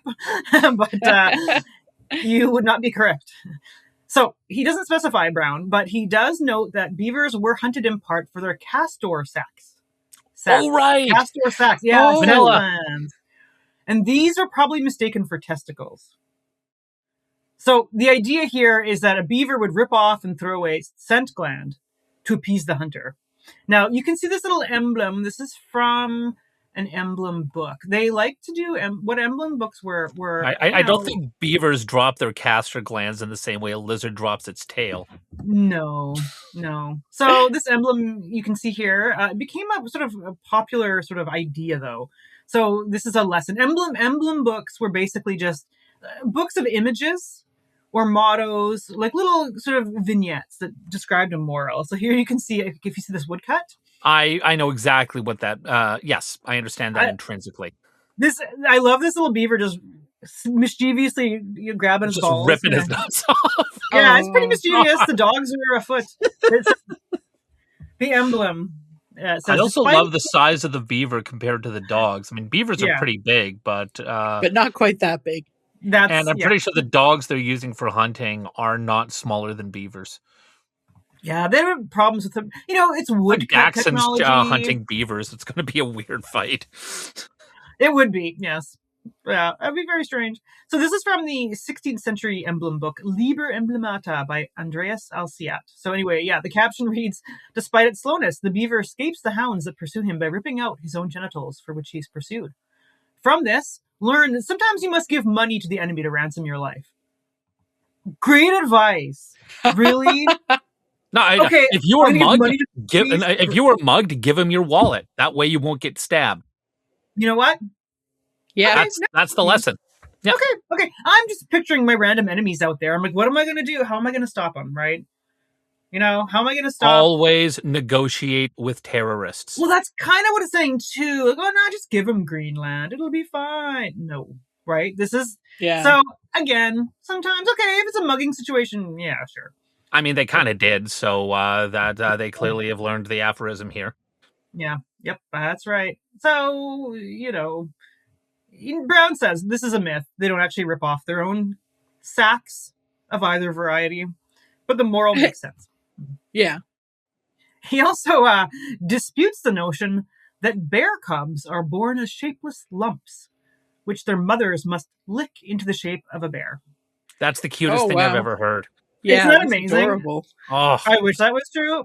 So here's how Browne basically assumes that, like, probably at some point somebody saw a bear cub. I wish I was in the bear club. He saw a bear cub being born, and it was covered in placenta. There's this membrane, so it looked like a blob. And so when the bear ripped it away, he's like, "Oh wow, she licked that bear right into shape." Wow, look at that. That's how he assumes this myth came about. But no, they don't. Bears aren't born as blobs. You can go out and look at them. You can see this. And you'll see a mother bear, grooming her cubs and go, there you go. More evidence that the myth is true. Oh, well, that's true. It's hard to, you got to be right from the beginning and see. Yeah. These animals are fun.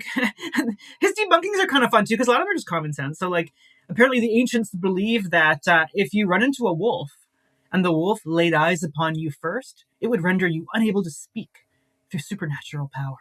Or you're just scared of the wolf. Yeah. Which is exactly what Browne says. Actually, seeing a wolf is pretty scary, so you probably just freeze up in fear. Yeah. No supernatural mechanism involved. So, yeah, he's usually scared. That's the parable of the boy who cried wolf. He saw a wolf and then couldn't cry. He couldn't cry? That's how it worked. That's exactly what was written in the story. That's right. Yeah. Oh, totally. Yeah. The boy and then he gets eaten. The boy who ceased crying wolf and then was eaten. The boy who ceased crying wolf from terror. But yeah, wolf is scary. So, he can't talk. That's very funny. Okay, so with the animals, I'm going to wrap up book 3 here. He debunks a couple other myths. Like, there's a myth that badgers' legs were longer on one side, I guess. Snails' eyes are not actually at the end of their horns. Good to know. Those are just horns. Eyes are elsewhere. Just some random animal myths here. You can check them out if you like. But he includes a bunch of chicken and egg myths. And I'm going to read this paragraph because by the end, I'm like, you fucking kidding me? What are you talking about? Okay. Here's what he writes about chickens and eggs. Why the hen hatcheth not the egg in her belly, or maketh not at least some rudiment thereof within herself, by the natural heat of inward parts, since the same is performed by incubation from an outward warmth after? Why the egg is thinner at one extreme? Why there is some cavity or emptiness at the blunter end? Why we open them at that part? Why the greater end is first excluded? Why some eggs are all red, as the kestrels, some only red at one end, as those of kites and buzzards? Why some eggs are not oval but round, as those of fishes, etc., are problems whose decisions would too much enlarge this discourse. What are you talking about? Herein I ponder about eggs. He's been enlarging the discourse the whole time. Now, You know what? I appreciate this guy's got some Wonderkamer energy. He's just a curious little guy. You know, he could Why be our are even mascot. eggs? he could be our mascot. He's like, you know what? Well, it's like me doing this. I could have reread the whole thing in its entirety, but I just went to the good parts. All right, I'm sorry. I read it before. But yes, it's too much enlarging on the discourse. Funnily enough, he never asks what came first, the chicken or the egg. Kind of That's what I thought this part was going to be about. Questions. This book is 600 pages of this. Like, he's not how is he afraid of enlarging the discourse now? The answer is the egg. That's actually, I think that's probably true. But discourse, of course it's true. It has to have been. Eggs were, yes.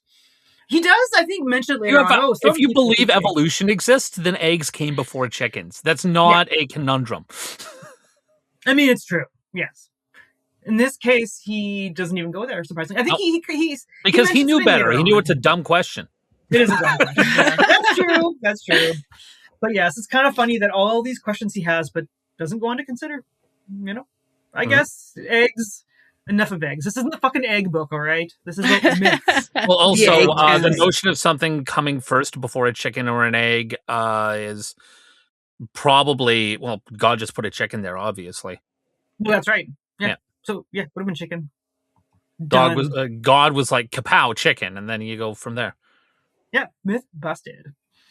Okay, so we're going on to book 4, Myths About Man. And again, it's got a bit of a pet peeve where, man means humankind, but not really, because they really just mean men. Let's be honest here. Didn't really think about women's lives that much. But, feminist caveat aside, the first myth that Browne considers here is the notion that only man hath an erect figure, and for to behold and look up toward heaven. This is pretty silly, obviously. This is like childlike on the level of, the sound of thunder is God of the bowling alley, right? So the idea here, only humans stand upright because that's how we can look up to God. Now, meanwhile, a lot of problems. Yeah. Kangaroos, I don't know, whatever. But I didn't know kangaroos existed when he wrote this, but there's lots of animals that can look up. Yeah. So Browne has to consider both the idea that man is the only erect animal and the idea that we stand upright in order to look to heaven. So two parts of this myth. So he takes his time thinking about the definition of being erect or of sitting. Like, he really is like, well, the angle of the thigh is perpendicular to I'm like, buddy, we get this. He really goes into the angles here about bones, but comes to the conclusion, some animals can sit like dogs, but not many can stand like a man. That said, some animals, they're partially erect because they stand up a little bit. He also defines erectness as standing straight up and notes that penguins, praying mantises can do this. Not special, right? And besides, looking up, our eyes are blocking our view. Like, we're not looking up anyway. Our eyelids block our view. Even a lot of other animals can look to heaven. Even fish can look up to heaven because some of them have eyes on top of their heads. Or they can just swim upwards. Yeah, so he pretty much totally debunks this one. What was that myth about the penguins looking? Was it penguins look up at airplanes and fall over backwards? Oh, I don't know if I heard that one, but I heard that one too. And there was a Bloom County about it, of all things. I'm not sure if it's true or not. Well, there's some. I don't think it is. Turkeys are so dumb; they look up into the sky when it's raining and they drown. Yeah, that's a good one. Yeah, it's kind of like that. Yeah, I've never heard that one. Basically saying this whole idea is dumb, like this is childlike. But he takes it seriously, puts a lot of effort into it. A lot of problems with that idea. So, okay, getting on to some more myths. So, people, hey, you guys are married. Do you guys wear rings? I don't know if I've actually noticed. No, I lost mine pretty promptly. Yeah, thankfully it wasn't expensive. That's why we got cheap. We vaguely have ideas about getting another ring, but right now we are ringless. Yep. Fair enough. But have you heard the legend that the reason we wear rings on our left ring finger is because there's a blood vessel that runs directly from that finger to your heart. Oh, I You have heard that. Yeah. Yeah. Not true. So don't worry about it. Okay. Basically, so he's pointing out, again, our hands are symmetrical. We have lots of veins and arteries that are connected to your heart. They all run directly to your heart in some way. Yeah, that's how circulation So works. vessels work, yeah. And also, like, he also does another chapter on the heart actually isn't exactly in the left side. It's more in the middle of your chest, not really in the left. Not really connection there either. So, yeah. Debunks that one. But that's a pretty common one, I think. I've heard that one. I had heard that one, actually. So, he also considers the notion that men weigh heavier dead than alive. Oh, Right? dead weight. Yeah, which is interesting. Yes, because this is sort of the opposite of that. You've probably heard of the 21 grams myth. Yes. Yeah, that's going to be another episode for me, I think, because that guy was fucked up. But apparently, this 21 grams is also total bullshit. This is the idea that when a person dies, their body loses 21 grams of weight, which is the soul leaving the body. Oh yeah, I've Very heard much that. bullshit. Yeah, so this crackpot, early 20th century Duncan McDougall, killed a bunch of dogs trying to prove this. Oh. Great guy. Yep, they love to experiment on their dogs. But where was the RSPCA then? Honestly, bunch of bullshit. It was just, you can't even, because you can't, I've listened to other podcasts, I think, about it, where you literally, you kind of can't prove that. What do? Set up a scale on somebody's deathbed? Like, it just doesn't, like, there's no way to test it, really. You're going to go, how do you know when someone's going to die? What's the definition of death? Are they in a coma? Like, you can't, it's not really measurable. And the whole thing is stupid. He just killed a bunch of dogs for no reason. The 21 grams is kind of perfect bullshit, because the bullshit that really gets people going nowadays sounds plausible in some kind of precise scientific way, Mhm. while being complete horse shit. And so it's 21 grams, which means that, a gram is the most scientific of measurements. It triggers that kind of lizard brain response, right?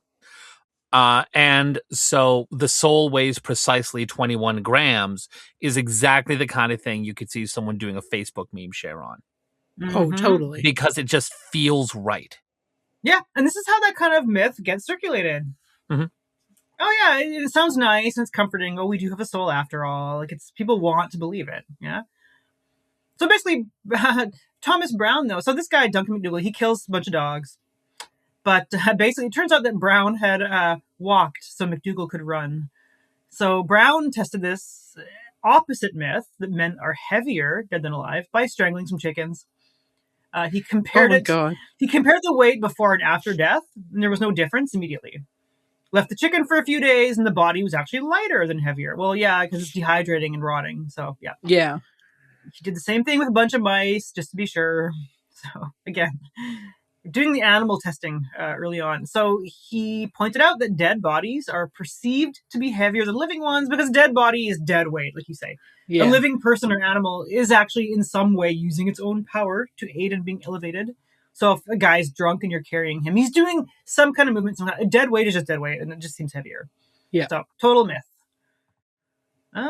He also devotes a chapter to sternutation, or as is more commonly known, sneezing. So again, we still do this. We say gesundheit, we say bless you after you sternutate, which I'm going to use from now on. What a great word. Yeah. Sternutate. Again, one of those ones we don't use anymore. Again, this goes back to Greek and Roman times, according to Browne. Maybe, sort of earlier. He's basically all cultures do this. The idea basically is he's kind of just trying to figure out. He's not really testing this. It's not really a testable thing, right? So he's basically like, well, probably just indicates somebody sneezes, maybe they're sick. So danger of death is possible. So you just give them a bless the sneezer to prevent the outcome. Because we don't bless people after they cough, which usually is more of an indication of tuberculosis in the Victorian era. If somebody coughs, they're going to die in the next couple of acts of the play.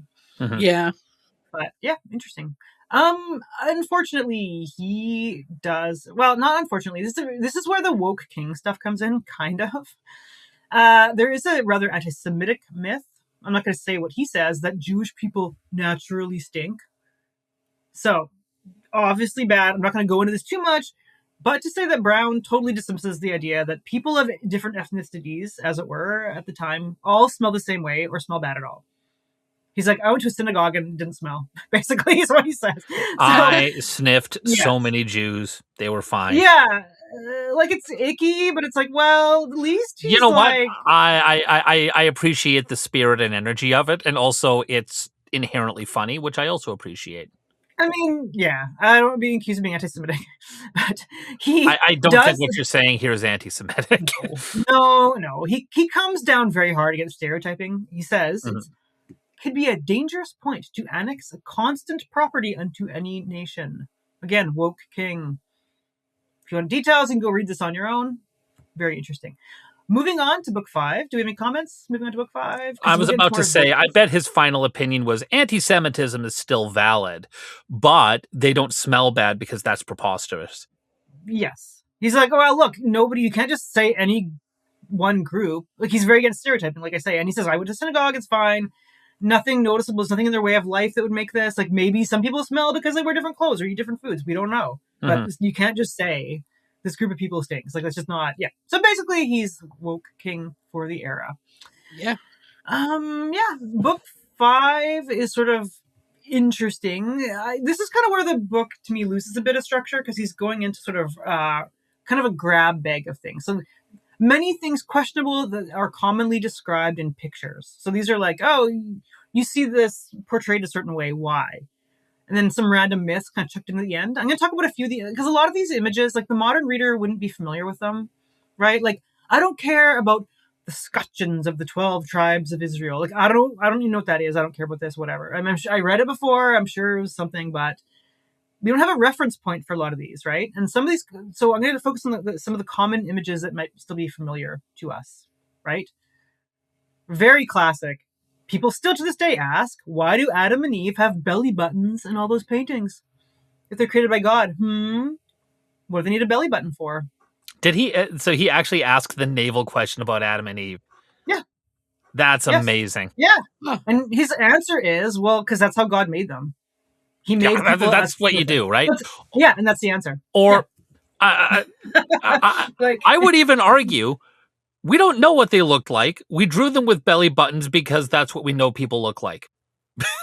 Yeah, he's just saying this is not this is not evidence of what, like, we don't know. There's no pictures of them. That is, isn't that interesting? He doesn't do that. He just says, no, that's because God made them. Like, he made them whole and complete, perfect, all the parts they need.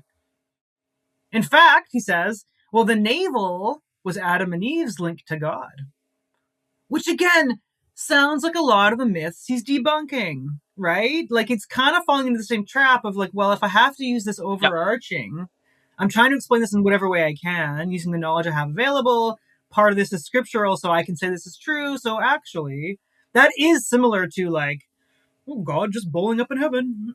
That's why this is so useful for understanding how your own biases work, because we're not better or smarter than this guy. We just have a stack, like a stockpile of books, scientific theory, and various different changes in society throughout the past several hundred years. But the way he thinks, and the way that if he doesn't know something, but he has the certainty about, because here's the reason why I think he is religious. He wouldn't have to make these kinds of arguments if he was a secret atheist. Oh, that's right. Oh, yeah. He could just avoid talking about this entirely. Yeah. And no, I think he was probably devoutly religious, and that most people were. Yeah. And because it is a fact he does not question or interrogate in any serious way, he can use it to bridge these gaps in knowledge and a God of the gaps kind of thing.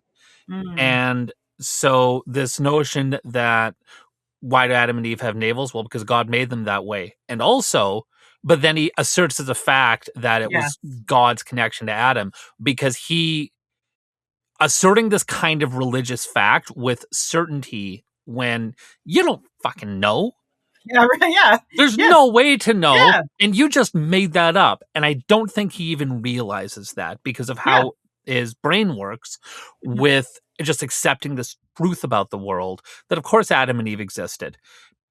And again, not going to these aren't, like, we don't know what they looked like. People are just doing their best job, which is the actual answer.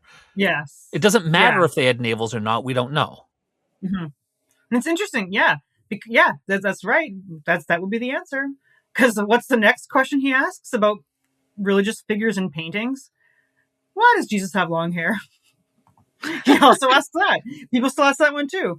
I do love that was it George Carlin? I think he's like, oh, conservatives always complain that about these long-haired sandal-wearing hippies. Oh, it's okay when Jesus does it. Like, yeah, why does he have long hair? Well, and this is a little bit more realistic. And here he says, well, Jesus lived in Nazareth, and long hair was a style at the time there. He's a trendy guy. Yeah, he to was fit a in. fashionable fellow.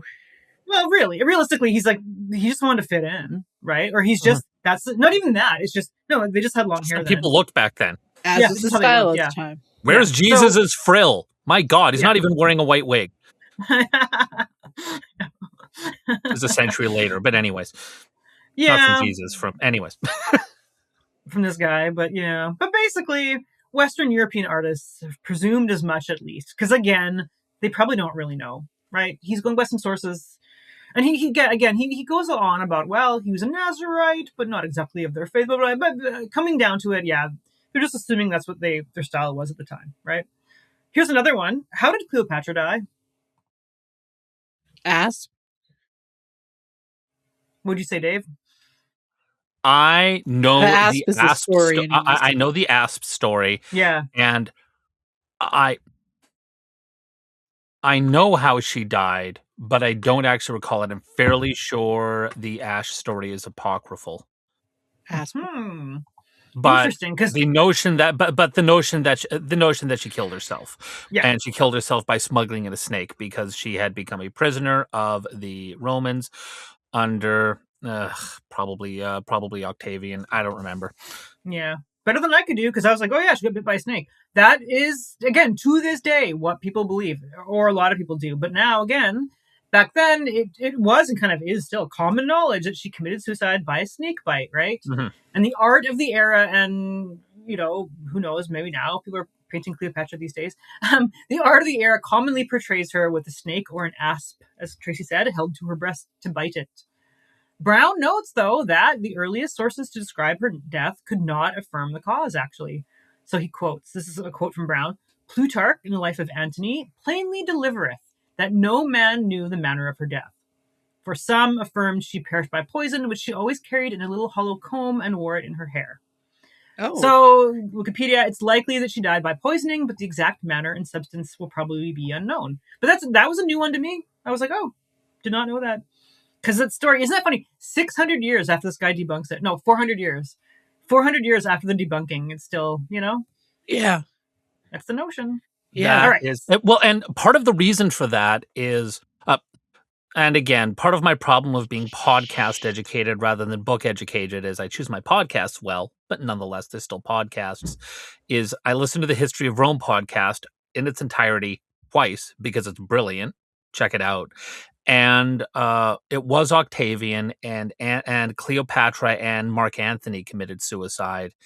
And like current, I forget that contemporaneous sources claimed it was the asp, even though there wasn't actual evidence of it. That's why people believe it. Is people at the time were spreading the rumor. Mm-hmm.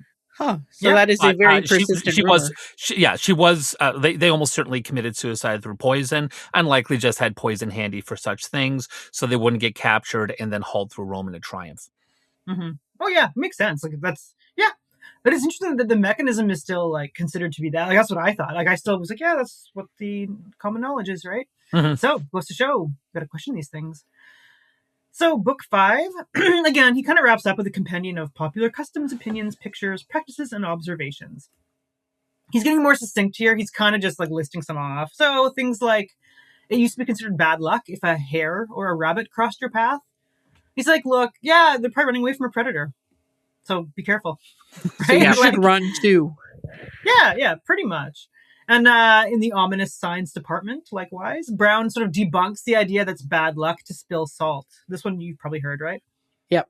Oh yeah, throw some salt over your shoulder. Yeah. The throwing over the shoulder one must be new because he does debunk the salt thing. He's like, well, basically, there's no material reason why falling salt would be a bad omen. Nothing to fear from that. It did cost money, and this is more in the notes. I think the James or Jason Eason, who did the notes that, yeah, actually salt was kind of expensive. Hideously. You don't want to waste it. Yeah. It was not necessarily hideously, but salt was a commodity, and it was a pricey commodity, and it was to be used seriously. So why would you throw it over your shoulder then? Well, they didn't then. Oh, that is right. Entirely new. That must be after salt became plentiful. Yeah, I do not know the origin of the throw salt over your left shoulder, but I still do it. That's funny. I don't, and I wonder if I did it in a restaurant once because someone told me to, but I wonder if that's why you complain so much, Jen. You're haunted. Could be. So I complain because I'm cursed. Actually, maybe that's where the curse came from. I'm complaining legitimately. Oh, absolutely. And this is it's because, as I stated earlier, the auspices, the omens, and the supernatural world is screaming at you all the time, and you just refuse to let it in. And that's why you're cursed. I won't listen. No. Yeah, exactly. Yeah. That's my own fault. The curse of the salt demons. But maybe because like throwing salt to your shoulder, that was maybe a later thing where it was like, oh, we can waste this shit now. Who gives a fuck? Yeah, true. Better not to. This is how plentiful salt is. But yeah, he also says he points out that superstition traces back to the ancients. They saw salt as a sign of friendship. So if you spilled salt at your friend's house, this is a sign that the friendship would not last. Oh. Like you because maybe you'd fight over the salt. Yeah, you're wasting their salt. How much that fucking cost? You wasted my salt. Get the fuck out of here. Okay, I'm coming to the end, but I want to ask you guys a personal question. I'm coming up at the end in a bit. We have ways to go. But when you peel or crack an egg, do you make damn sure that you crush that shell into bits and pieces? I do. Into dust? Do you? Not into dust, but I do like to crush it up so that it's... I think it's just because I like the feel of crushing eggs. It's not because you think witches are going to take the shell and curse you with it? Oh, no, I never thought of that. Oh, just for fun. Yeah, just for fun. Oh, okay. I just back in the day, crack it, and if I crack the shell into a bunch of pieces, I get mad because now there's eggshell fragments in the egg. Exactly. We want the opposite. Yes. This is Browne. He says, apparently you want to crush the shell into bits. Everyone did. He says, to break the shell after the meat is out, we are taught in our childhood and practice it all our lives, which nevertheless is but a superstitious relict, according to the judgment of Pliny. Again, Pliny. And the intent thereof, I'm skipping the Latin, the intent thereof was to prevent witchcraft, for lest witches should draw or prick their names therein, and beneficiously, whatever that means, mischief their persons, they broke the shell, as Delacampia hath observed. So he says he believes in witches, but he doesn't believe in this thing. He's like, yeah, it's actually superstitious. You don't need to crush the shells. But we all do it, which is kind of interesting, because it's like, back in the day, that was just what they did. Crushed up the shells, can't have any witchcraft happen to me. Yeah. Some people, I think to this day, it's like a superstition of like, you got to throw out your nail parings and burn them so you don't get cursed. But yeah, not addressed. I've never heard that. Yeah, gotta avoid those curses. Yep. And again, so much work not getting cursed. It really is. Just again, a lot of these myths are dispensed with pretty quickly because they don't make sense to Browne. So basically, he's like, oh, when our cheek burneth or ear tingleth, we usually say that somebody is talking of us. We still say our ears are burning. Like my ears are burning. Like we still say that. Yeah. And so again, it was ranked among superstitious opinions by Pliny. So Pliny documented this too. But the reason this doesn't work, he's like, look, this would require a universal Mercury, a universal messenger that was always working to deliver sounds to our ears. So like that wouldn't really work. He's like, we would have to actually have a mechanism for that to work. So here he's saying there's just no mechanism. We don't have a we don't have a god or a creature that does this. So it doesn't make sense. Mm-hmm. So, this one, right before we get to the sixth and penultimate book, some people did think that 'tis good to be drunk once a month. So again, Browne pretty quickly clocks this as a common flattery of sensuality, supporting itself upon physic and the healthful effects of inebriation. So you know how like every few years a study comes out saying drinking wine is good for you? Yeah. It's like that. It's bullshit. It's any amount of alcohol is actually bad.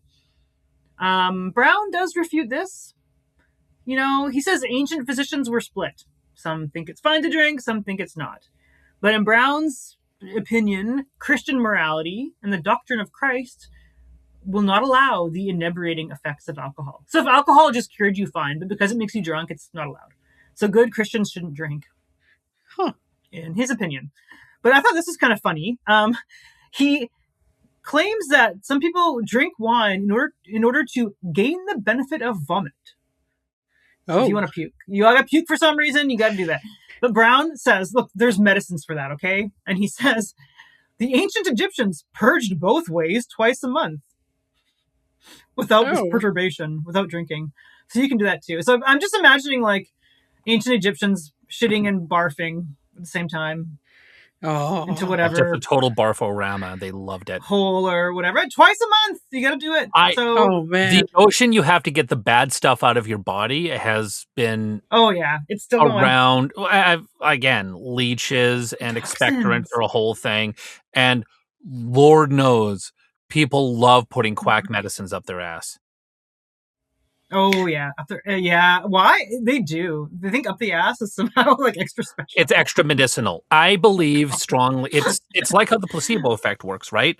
Where if you take a white placebo, it works, let's say, 1 point. If you take a red placebo, it works 3 points. And if you inject saline, it works 5 points in terms of the placebo effect. Right. So the more alarming the medicine, the stronger the placebo effect. Yep. So if it feels like something is really being done to you, which Lord knows putting weird stuff up your butt is going to feel like something is being done to you, the placebo effect is going to be incredible. Interesting. Yeah, because it does relate to sort of something, the notion of like, what was it called, like heroic medicine, where back in the day, doctors, it was better if they just did nothing most of the time. Yes. But they got to be seen to do something, so they just bleed you until you fucking died, basically. Or they would just give you weird things because they want to be seen to be doing something, right? This is also why quack cures persist nonstop and they're impossible to get rid of, because most things that you get ill from just get better on their own. Yeah, that's right. And because of, current laws not kind of banning that shit outright. Yeah. Oh, yeah. But here we are. Yep. So, again, don't need to drink for that, though. Take some Ipecac, get some X-Lax. You're purging both ways without getting drunk. Fun? Sound fun? Purge both ways? Just so he says that. Sounds fun to me. Okay, spin around. You just unbalance yourself and you just spin around rapidly and then get pushed off a cliff by Walt Disney. Here's what ails you. Callbacks! Yes! That's right. Good one. So we're getting to our penultimate book. Second to last. And I'm getting even tired. We're maybe getting tired. This is a long podcast. Trying to keep to one episode. Sundry Tenets, Geographical and Historical. And frankly, a lot of these are very boring.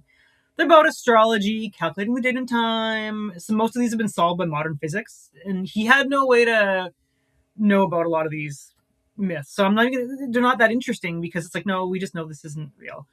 Interesting here. I focus on this part too because it speaks to the attitudes of the time and how sometimes things change for the worse when science gets involved. So here is the most interesting chapter is about why Africans are black. Now, he uses outdated language, outdated terms, not the really, really bad term, but he calls them Negroes, just so you know. But he did not have the distinction black and white in this time. So this part is fascinating because Browne, again, he's writing at a time where the race wasn't a concept like it is today, right? So you're classifying people as he does, according to things like religion, your class, or your nation. So Browne uses nation a lot, right? Oh. The notion of a racial hierarchy is later invention, right? By racists. So Browne describes Africans as he would any group of people, not disparaging of black people, does not reveal any particular prejudices here. And again, this is well before scientific racism was invented to justify racist practices and to justify chattel slavery, right? Mm-hmm. They invented scientific racism later on. So this is kind of interesting. So also, we're talking about color. So Browne is writing this around the same time that Isaac Newton is experimenting with optics. So Isaac Newton, I believe, publishes around the same time as the last edition of Pseudodoxia Epidemica, publishes his book about color and prisms. So Browne is writing this chapter before anyone even knew that color was. They didn't know what color was as a thing. So he says, this is Browne, thus of colours in general, under whose gloss and varnish all things are seen, few or none have yet beheld the true nature, or positively set down their incontrollable causes. Again, gold mine of fake words here. But he's saying nobody knows what color is. And he says, like with the eggs, he has more questions than answers. Why is anything any color? He asks the reader, why is grass green? Why are garlic, moles, and porrets, why do they have white roots, deep green leaves, and black seeds? Why do several docks and sorts of rhubarb have yellow roots, but they have purple flowers? We probably know why now, but I haven't looked into that. But basically, he's not sure. Why are people different colors then, right? Mhm. So the idea at the time was that black skin was caused by the sun. Basically, like cooking white people until they which turn is, dark. you know, somewhat. It's not horribly far from the truth in terms of how melanin works and why we why people have it.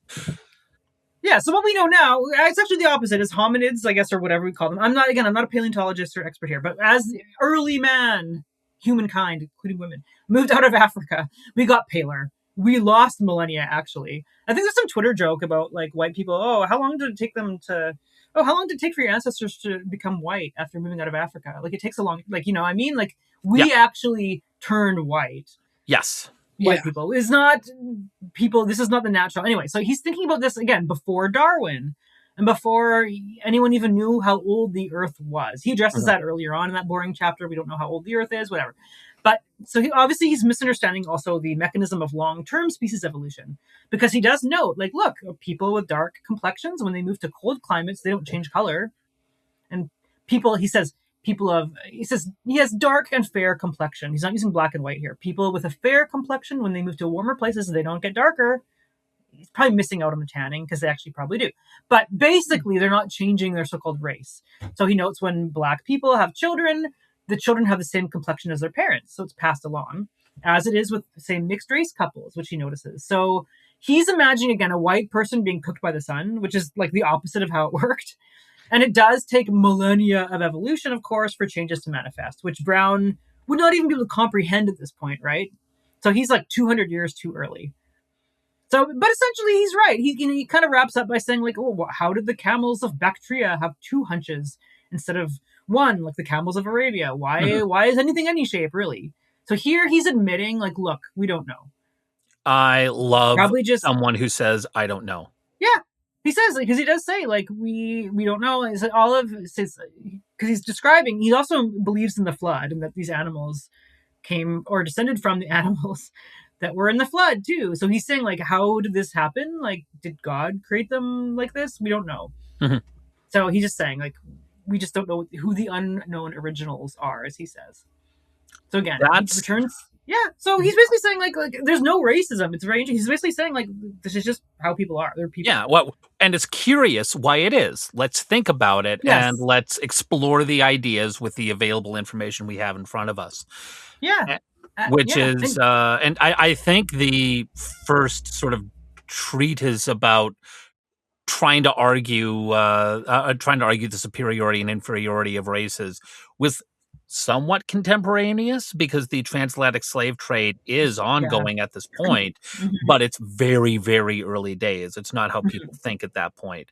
And so he's asking much more innocent and frankly more interesting questions. Yeah, I'd say so. Yeah. And yeah, it's interesting too, because he returns to the question of sort of blackness in general in the next chapter. Mm. So again, common belief at the time, though, that Black people were descended from the supposedly cursed Ham, or Sham, as he refers to him. Ham was one of the sons of Noah, so Ham was cursed. I think the Mormons believe this or something. Ham was cursed because he accidentally saw his dad naked, which, not his fault. Oh well. And again, but Browne legitimate reason to be cursed. Yeah, well, is that why you're cursed, Jen? Thankfully not. I'm cursed for other reasons. It's seeing other men naked that I'm cursed from. Absolutely. So, which is, I guess, better. Yeah. I'm still cursed. No, it's fine. But yeah, so he says, like, he's disputing this. He's like, he basically says, if this was true, like, a huge percentage of God's own creation would be cursed. Like, come on. And he says, look, no one even knows who you mean when you say the nation descended from Ham. Like, nothing is provable here. So basically, long story short, he's saying this is ridiculous. He dispenses with the notion that the color black is a curse as well. So some people think that color is a curse, but he notes that other people think white is a curse. So whereas men affirm this color black was a curse, I cannot make out the propriety of that name, it neither seeming so to them nor reasonably unto us. For they take so much content therein that they esteem deformity by other colors, describing the devil and terrible objects as white. So he's saying other people think white is an evil color. As you say, this man is definitely a woke king, and like most woke kings, he's also an incredible misogynist. But we'll take what we get. Yes. So yeah, and yes, you burn one witch, and then suddenly, yeah. I mean, it's the misogyny of just the general environment, right? So right, but there is sort of arguments against sort of anti-Semitic parables, and I'm sure the notion that, and he is taking a stance that, no, these are just people who look different from us, but they're basically just people, and there's no inherent inferiority. It's just a curiosity as to why their skin is different, and sort of, their physiognomy is different. But the one thing he's certainly not questioning is, the burning of witches, which is not, although this was conventional wisdom, it's not necessarily ancient conventional wisdom. It was very much the style of the time. Yeah, and I do feel like this is an aside too, that misogyny is just a much more fully ingrained bias in our culture than is racism. Thanks, Romans. I mean, you can look at the states right now, it's not just Romans, but when you base everything off of the Romans, which all the Enlightenment folks do, the Roman misogyny is a huge influence in Enlightenment thinking. Yeah, and Rousseau, a lot of our modern thinking too. The Romans really messed up a lot of stuff. Sure Not saying that misogyny is unique to the Romans, but that the various quote unquote barbarian groups definitely had different ideas about gender. That's right. So we end up in the world we're in, right? But it's interesting because he does go on to discuss physical beauty, right? And he does say beauty is determined by cultural practice. So he talks about like nose shapes and different costumes, hair colors. And he says, humans find many types of physical features to be beautiful. Color does not determine beauty, and black is also beautiful. Aww. He is a woke king in this one section. Sort of. Yeah. Well, no. Still, that's pretty interesting arguments to hear from the mid 17th century. Yeah, because people really think, I think people think racism is much more ancient than it actually is. The whole notion we have of like black versus white, this is like invented like 200 years ago. Like this is not the scientific racism. Like there's been prejudice, bias, whatever. But the racial hierarchy based racism is relatively new. Yes, no, we've been saying that throughout the podcast, right? Yeah, just make it clear. It's okay. And this is one of those things where everything that we think has been around forever, so much of it is fairly new. Like most of the food we eat was invented in like 1950 or something like that. And we think of it as like these ancient traditional ways. And our concept of tradition takes these mythologized fixed point in space that never probably existed. And it doesn't have to be this way is really the big lesson. It doesn't have to be this way, for better and for worse. That's right. Exactly. Yeah. So this is getting a bit long, so finally I'm going to wrap up with book 7. Again, I did a very high level, like this is a jam-packed book of this kind of stuff, right? But this is concerning many historical tenets generally received and some deduced from from the history of Holy Scripture. Gonna skip most of these because frankly, I don't care. I don't care if Tamerlane was a Scythian shepherd. Doesn't matter to me. There's some goodies here I'm going to touch on briefly and then we'll be done with this. So one of the interesting things is, again, we've all heard the urban legend about the girl who gets pregnant because she's in a hot tub or a swimming pool and somebody had jerked off in there earlier and the girl gets pregnant. I'm sure we all heard that one growing up, yes? Yeah. Well, they all heard that one back then too. Popular one in Browne's day as well. And this is funny. I quote Browne. And I quote, "The relation of Averroes," just the ancient doctor, "and now common in every mouth, of the woman that conceived in a bath, by attracting the sperm or seminal effluxion of a man admitted to bath in some vicinity unto her, I have scarce faith to believe, and had I been to the jury, should have hardly thought that I had found the father in the person that stood by her. 'Tis a new and unseconded way in history to fornicate at a distance. and much offendeth the rules of physic, which say there's no generation without joint emission, not only a virtual, but corporal and carnal contuction. Oh, amazing. Yeah. Yeah. That was worth reading up. Fornicating at a distance. I thought that was very funny. That's great. So, yeah, he's saying, like, this is not impossible. This is not possible, right? There has to be some kind of physical contact. And he basically says, men's penises are long. Some of them are. In order to help the seed reach the egg. No shade. I don't care.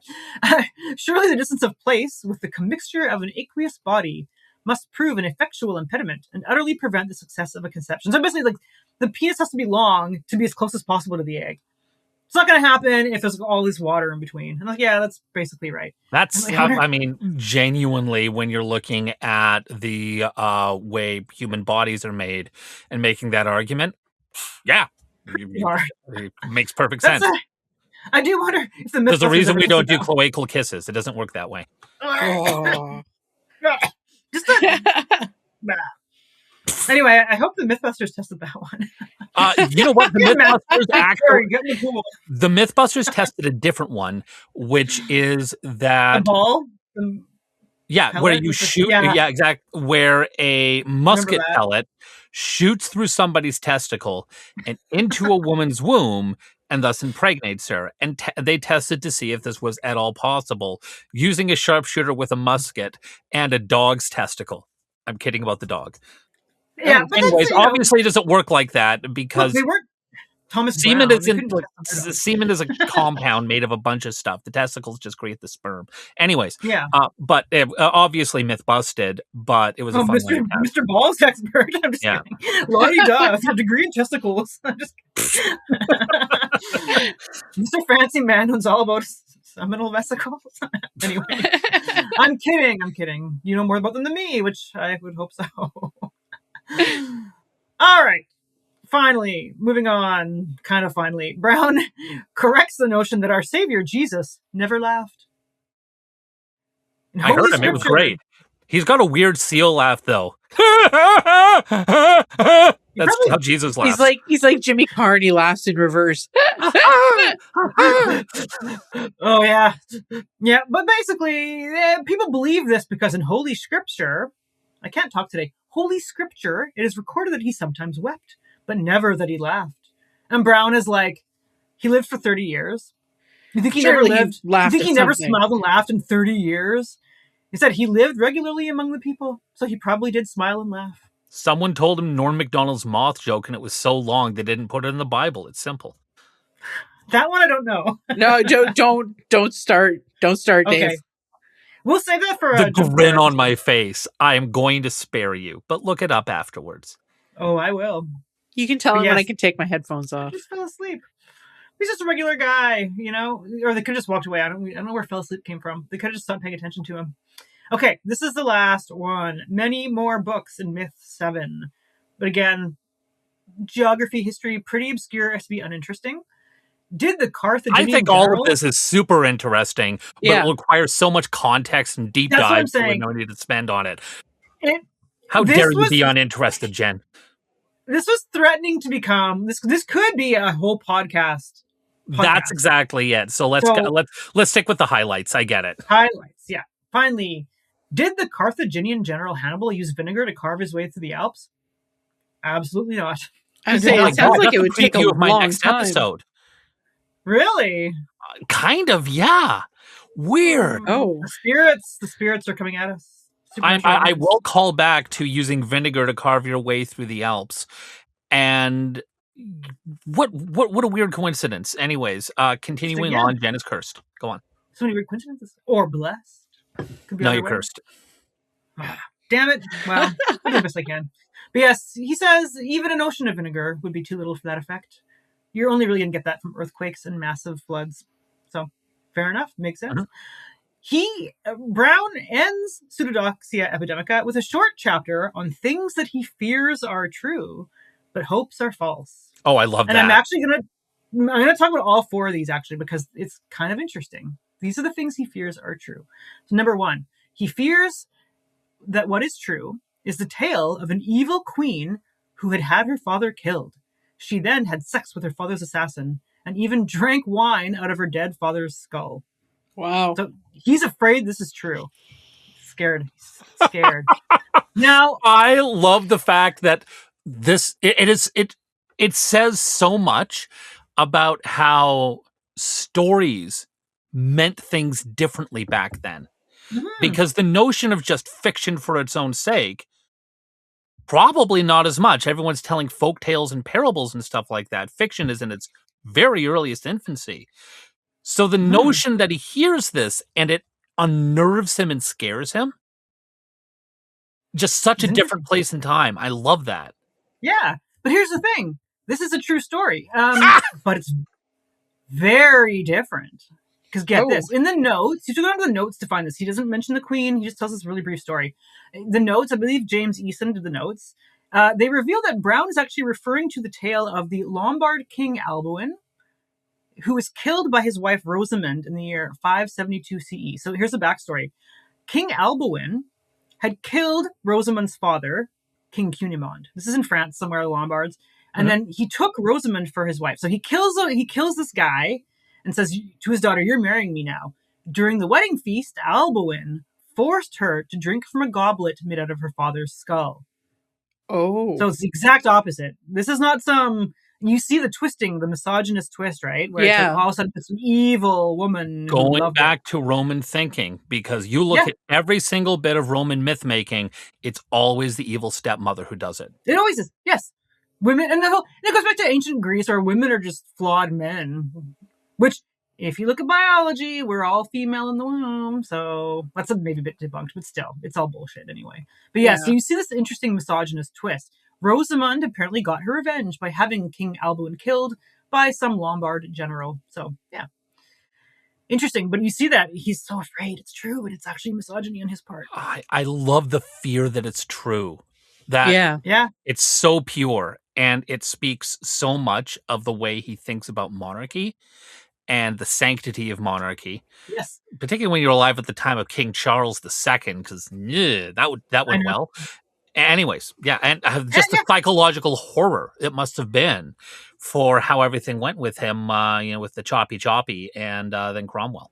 Anyways. Yeah. But, because he was during that time. And also, though, he specifically says, it's scary for parents, like a parental thing, like to have your own child who do this. So it's kind of interesting. The second one, actually, weird coincidence. Do you remember we were talking about our anatomical specimens and how a lot of those guys were probably necrophiliac freaks? Yeah. Yes. Well, interesting, because I forgot about this. What he fears, and I said, I was afraid that the rumor about Marilyn Monroe's corpse was true. I still haven't looked into that again because I don't have a stomach for it. But I was afraid that was true. Browne's afraid that ancient Egyptians that were tasked with mummifying corpses would sometimes have sex with the dead bodies. He's afraid. It's very interesting. So Browne writes that while we laugh at the story of Pygmalion, this is the guy who sculpted a statue, fell in love with it, and receive as a fable that he fell in love with the statue, we cannot but fear it may be true what is delivered by Herodotus concerning the Egyptian palunctors, or such as anointed the dead, that some thereof were found in the act of carnality with them.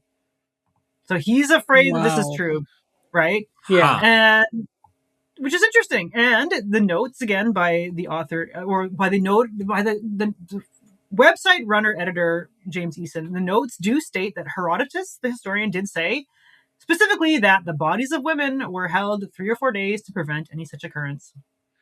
Oh, wow. Yeah, that I completely believe. And there's the whole funeral homes prefer not to hire men, that kind of thing.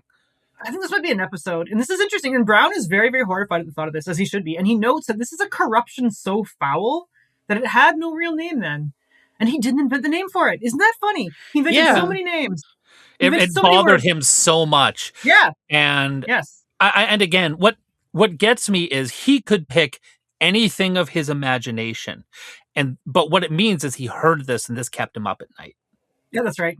Yep. Yeah, and I've had stories, they do that to you, right? I'm being kept up at night by some of the stories out of the States right now, right? So again, it's such a horrifying thought to him. Again, the term necrophilia wouldn't even come into use until the 19th century. Like, it's such a horrifying thing that they had no word for it, right? Yeah. Wow. And again, this is really funny though.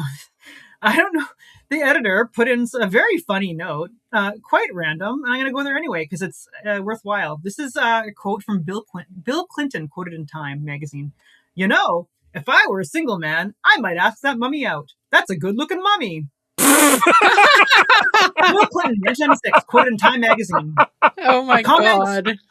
Provoked outrage in Peru, where there had already been opposition to the shipment of the mummy Juanita to the United States. One Peruvian anthropologist remarked, maybe it would have been better if a man as public as Clinton had not handled the thing in such a tacky manner, so crudely. This guy's such a pervert, he's hitting on a fucking desiccated mummy. Yeah. Oh, guess what? You know what else is worse? You know how old that mummy was? 13. Oh. 13-year-old girl mummy. And he's like, ugh. This article I found... I was about to say, 2,000, 3,000 years old, also 13. Yes. But hilarious. Just talking about the hot, pubescent mummy. What a fucking guy. Just disgusting. God. Yeah, I didn't find that article he's quoting, but I found this one from UPI News. It was May 23rd. You're being horrified, and I can't stop laughing at this. It's so absurd and so, like, palpably unwholesome and evil. God, what a cartoon of a man who doomed us all. Oh, yeah. This article I sent you, Clinton admits crush on mummy. This is sort of like a lighthearted take. This isn't the original one that quotes the Peruvian researchers, but this is really bad. Like, it's pretty fucking gross. By the lighthearted admission, he too is smitten by the remains of the 13-year-old girl. What a sentence fragment! I know! Oh. It's funny until you think about it. Yeah. Like, it really sickens me. There's that case of this man who, you probably heard about this, this man who, like, he was in love with a woman who didn't love him, and she died, and he stole her corpse and, like, kept it as a mummy in his house. People, look at this, such a devoted love story. It's like, no, he's a rapist stalker who stole a corpse. The fuck are we all talking about? That guy. It's not a joke, that's not funny. That is deeply disturbing and shows the notion of possession being the way that his concept of love works. Mm-hmm. It's about ownership. Yeah. Like the Bill Clinton thing actually is funny because he's just like a it's hilarious. It's just such a weird, creepy thing to say. Because whose mind goes like, I've never saw a mummy. Way to fuck that mummy. Bang that thing. I know. It's like, what? I had to include that just because it was so bizarre. Okay. Third thing Browne fears. Third fear. He fears the story of this evil Italian who promised to spare a man's life if that man renounced his god. When the man did so, the Italian killed him anyways, thus damning his victim's soul for all eternity. So yeah, this guy was a true believer. Like he wasn't a secret atheist like maybe some of them were, but he is. No, this is a deeply religious man who is trying to rationalize his very deeply held religious beliefs with these newfound enlightenment kind of thoughts. Well, he's a doctor. He studied in Leiden, of all places, for God's sake. He's obviously smart. I'm just kidding. I'm doing that as a joke. I don't really think. The fact you had to point out you're doing it as a joke means it's clearly not. Oh, see, I gotta stop pointing out my own jokes too. I gotta just let it. But I don't want people to think I'm a piece of shit, even though I am. Anyway, I'm just kidding.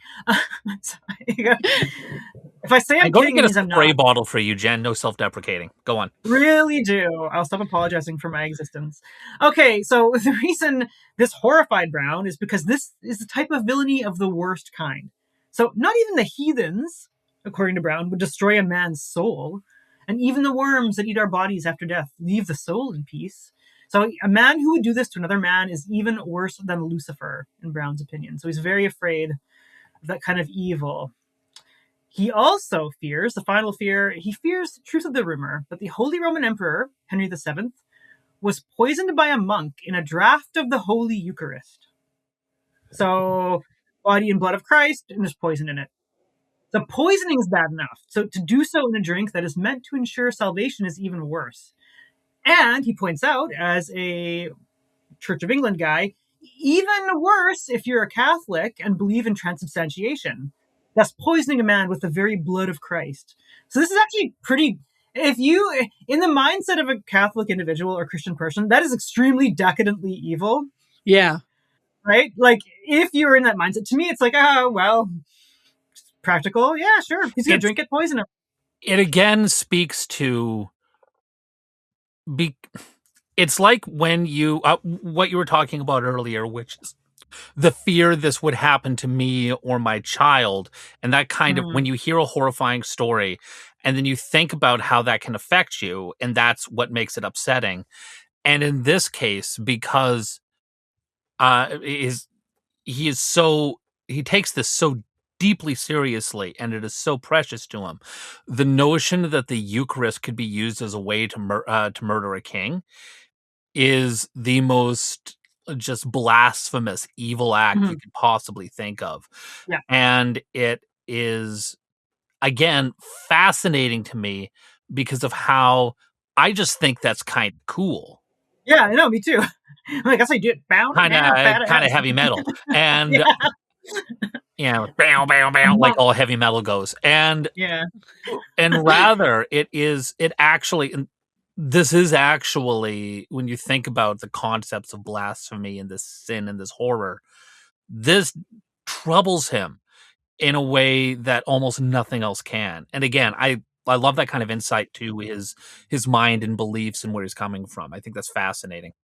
Because you think the scariest thing is like, I heard someone got eaten by a wolf, and I hope I don't get eaten by a wolf. And no, it's far more existential and dark. Yes, because there's the betrayal by your child, apparently, which is again not a true story, but there's also the tale again of the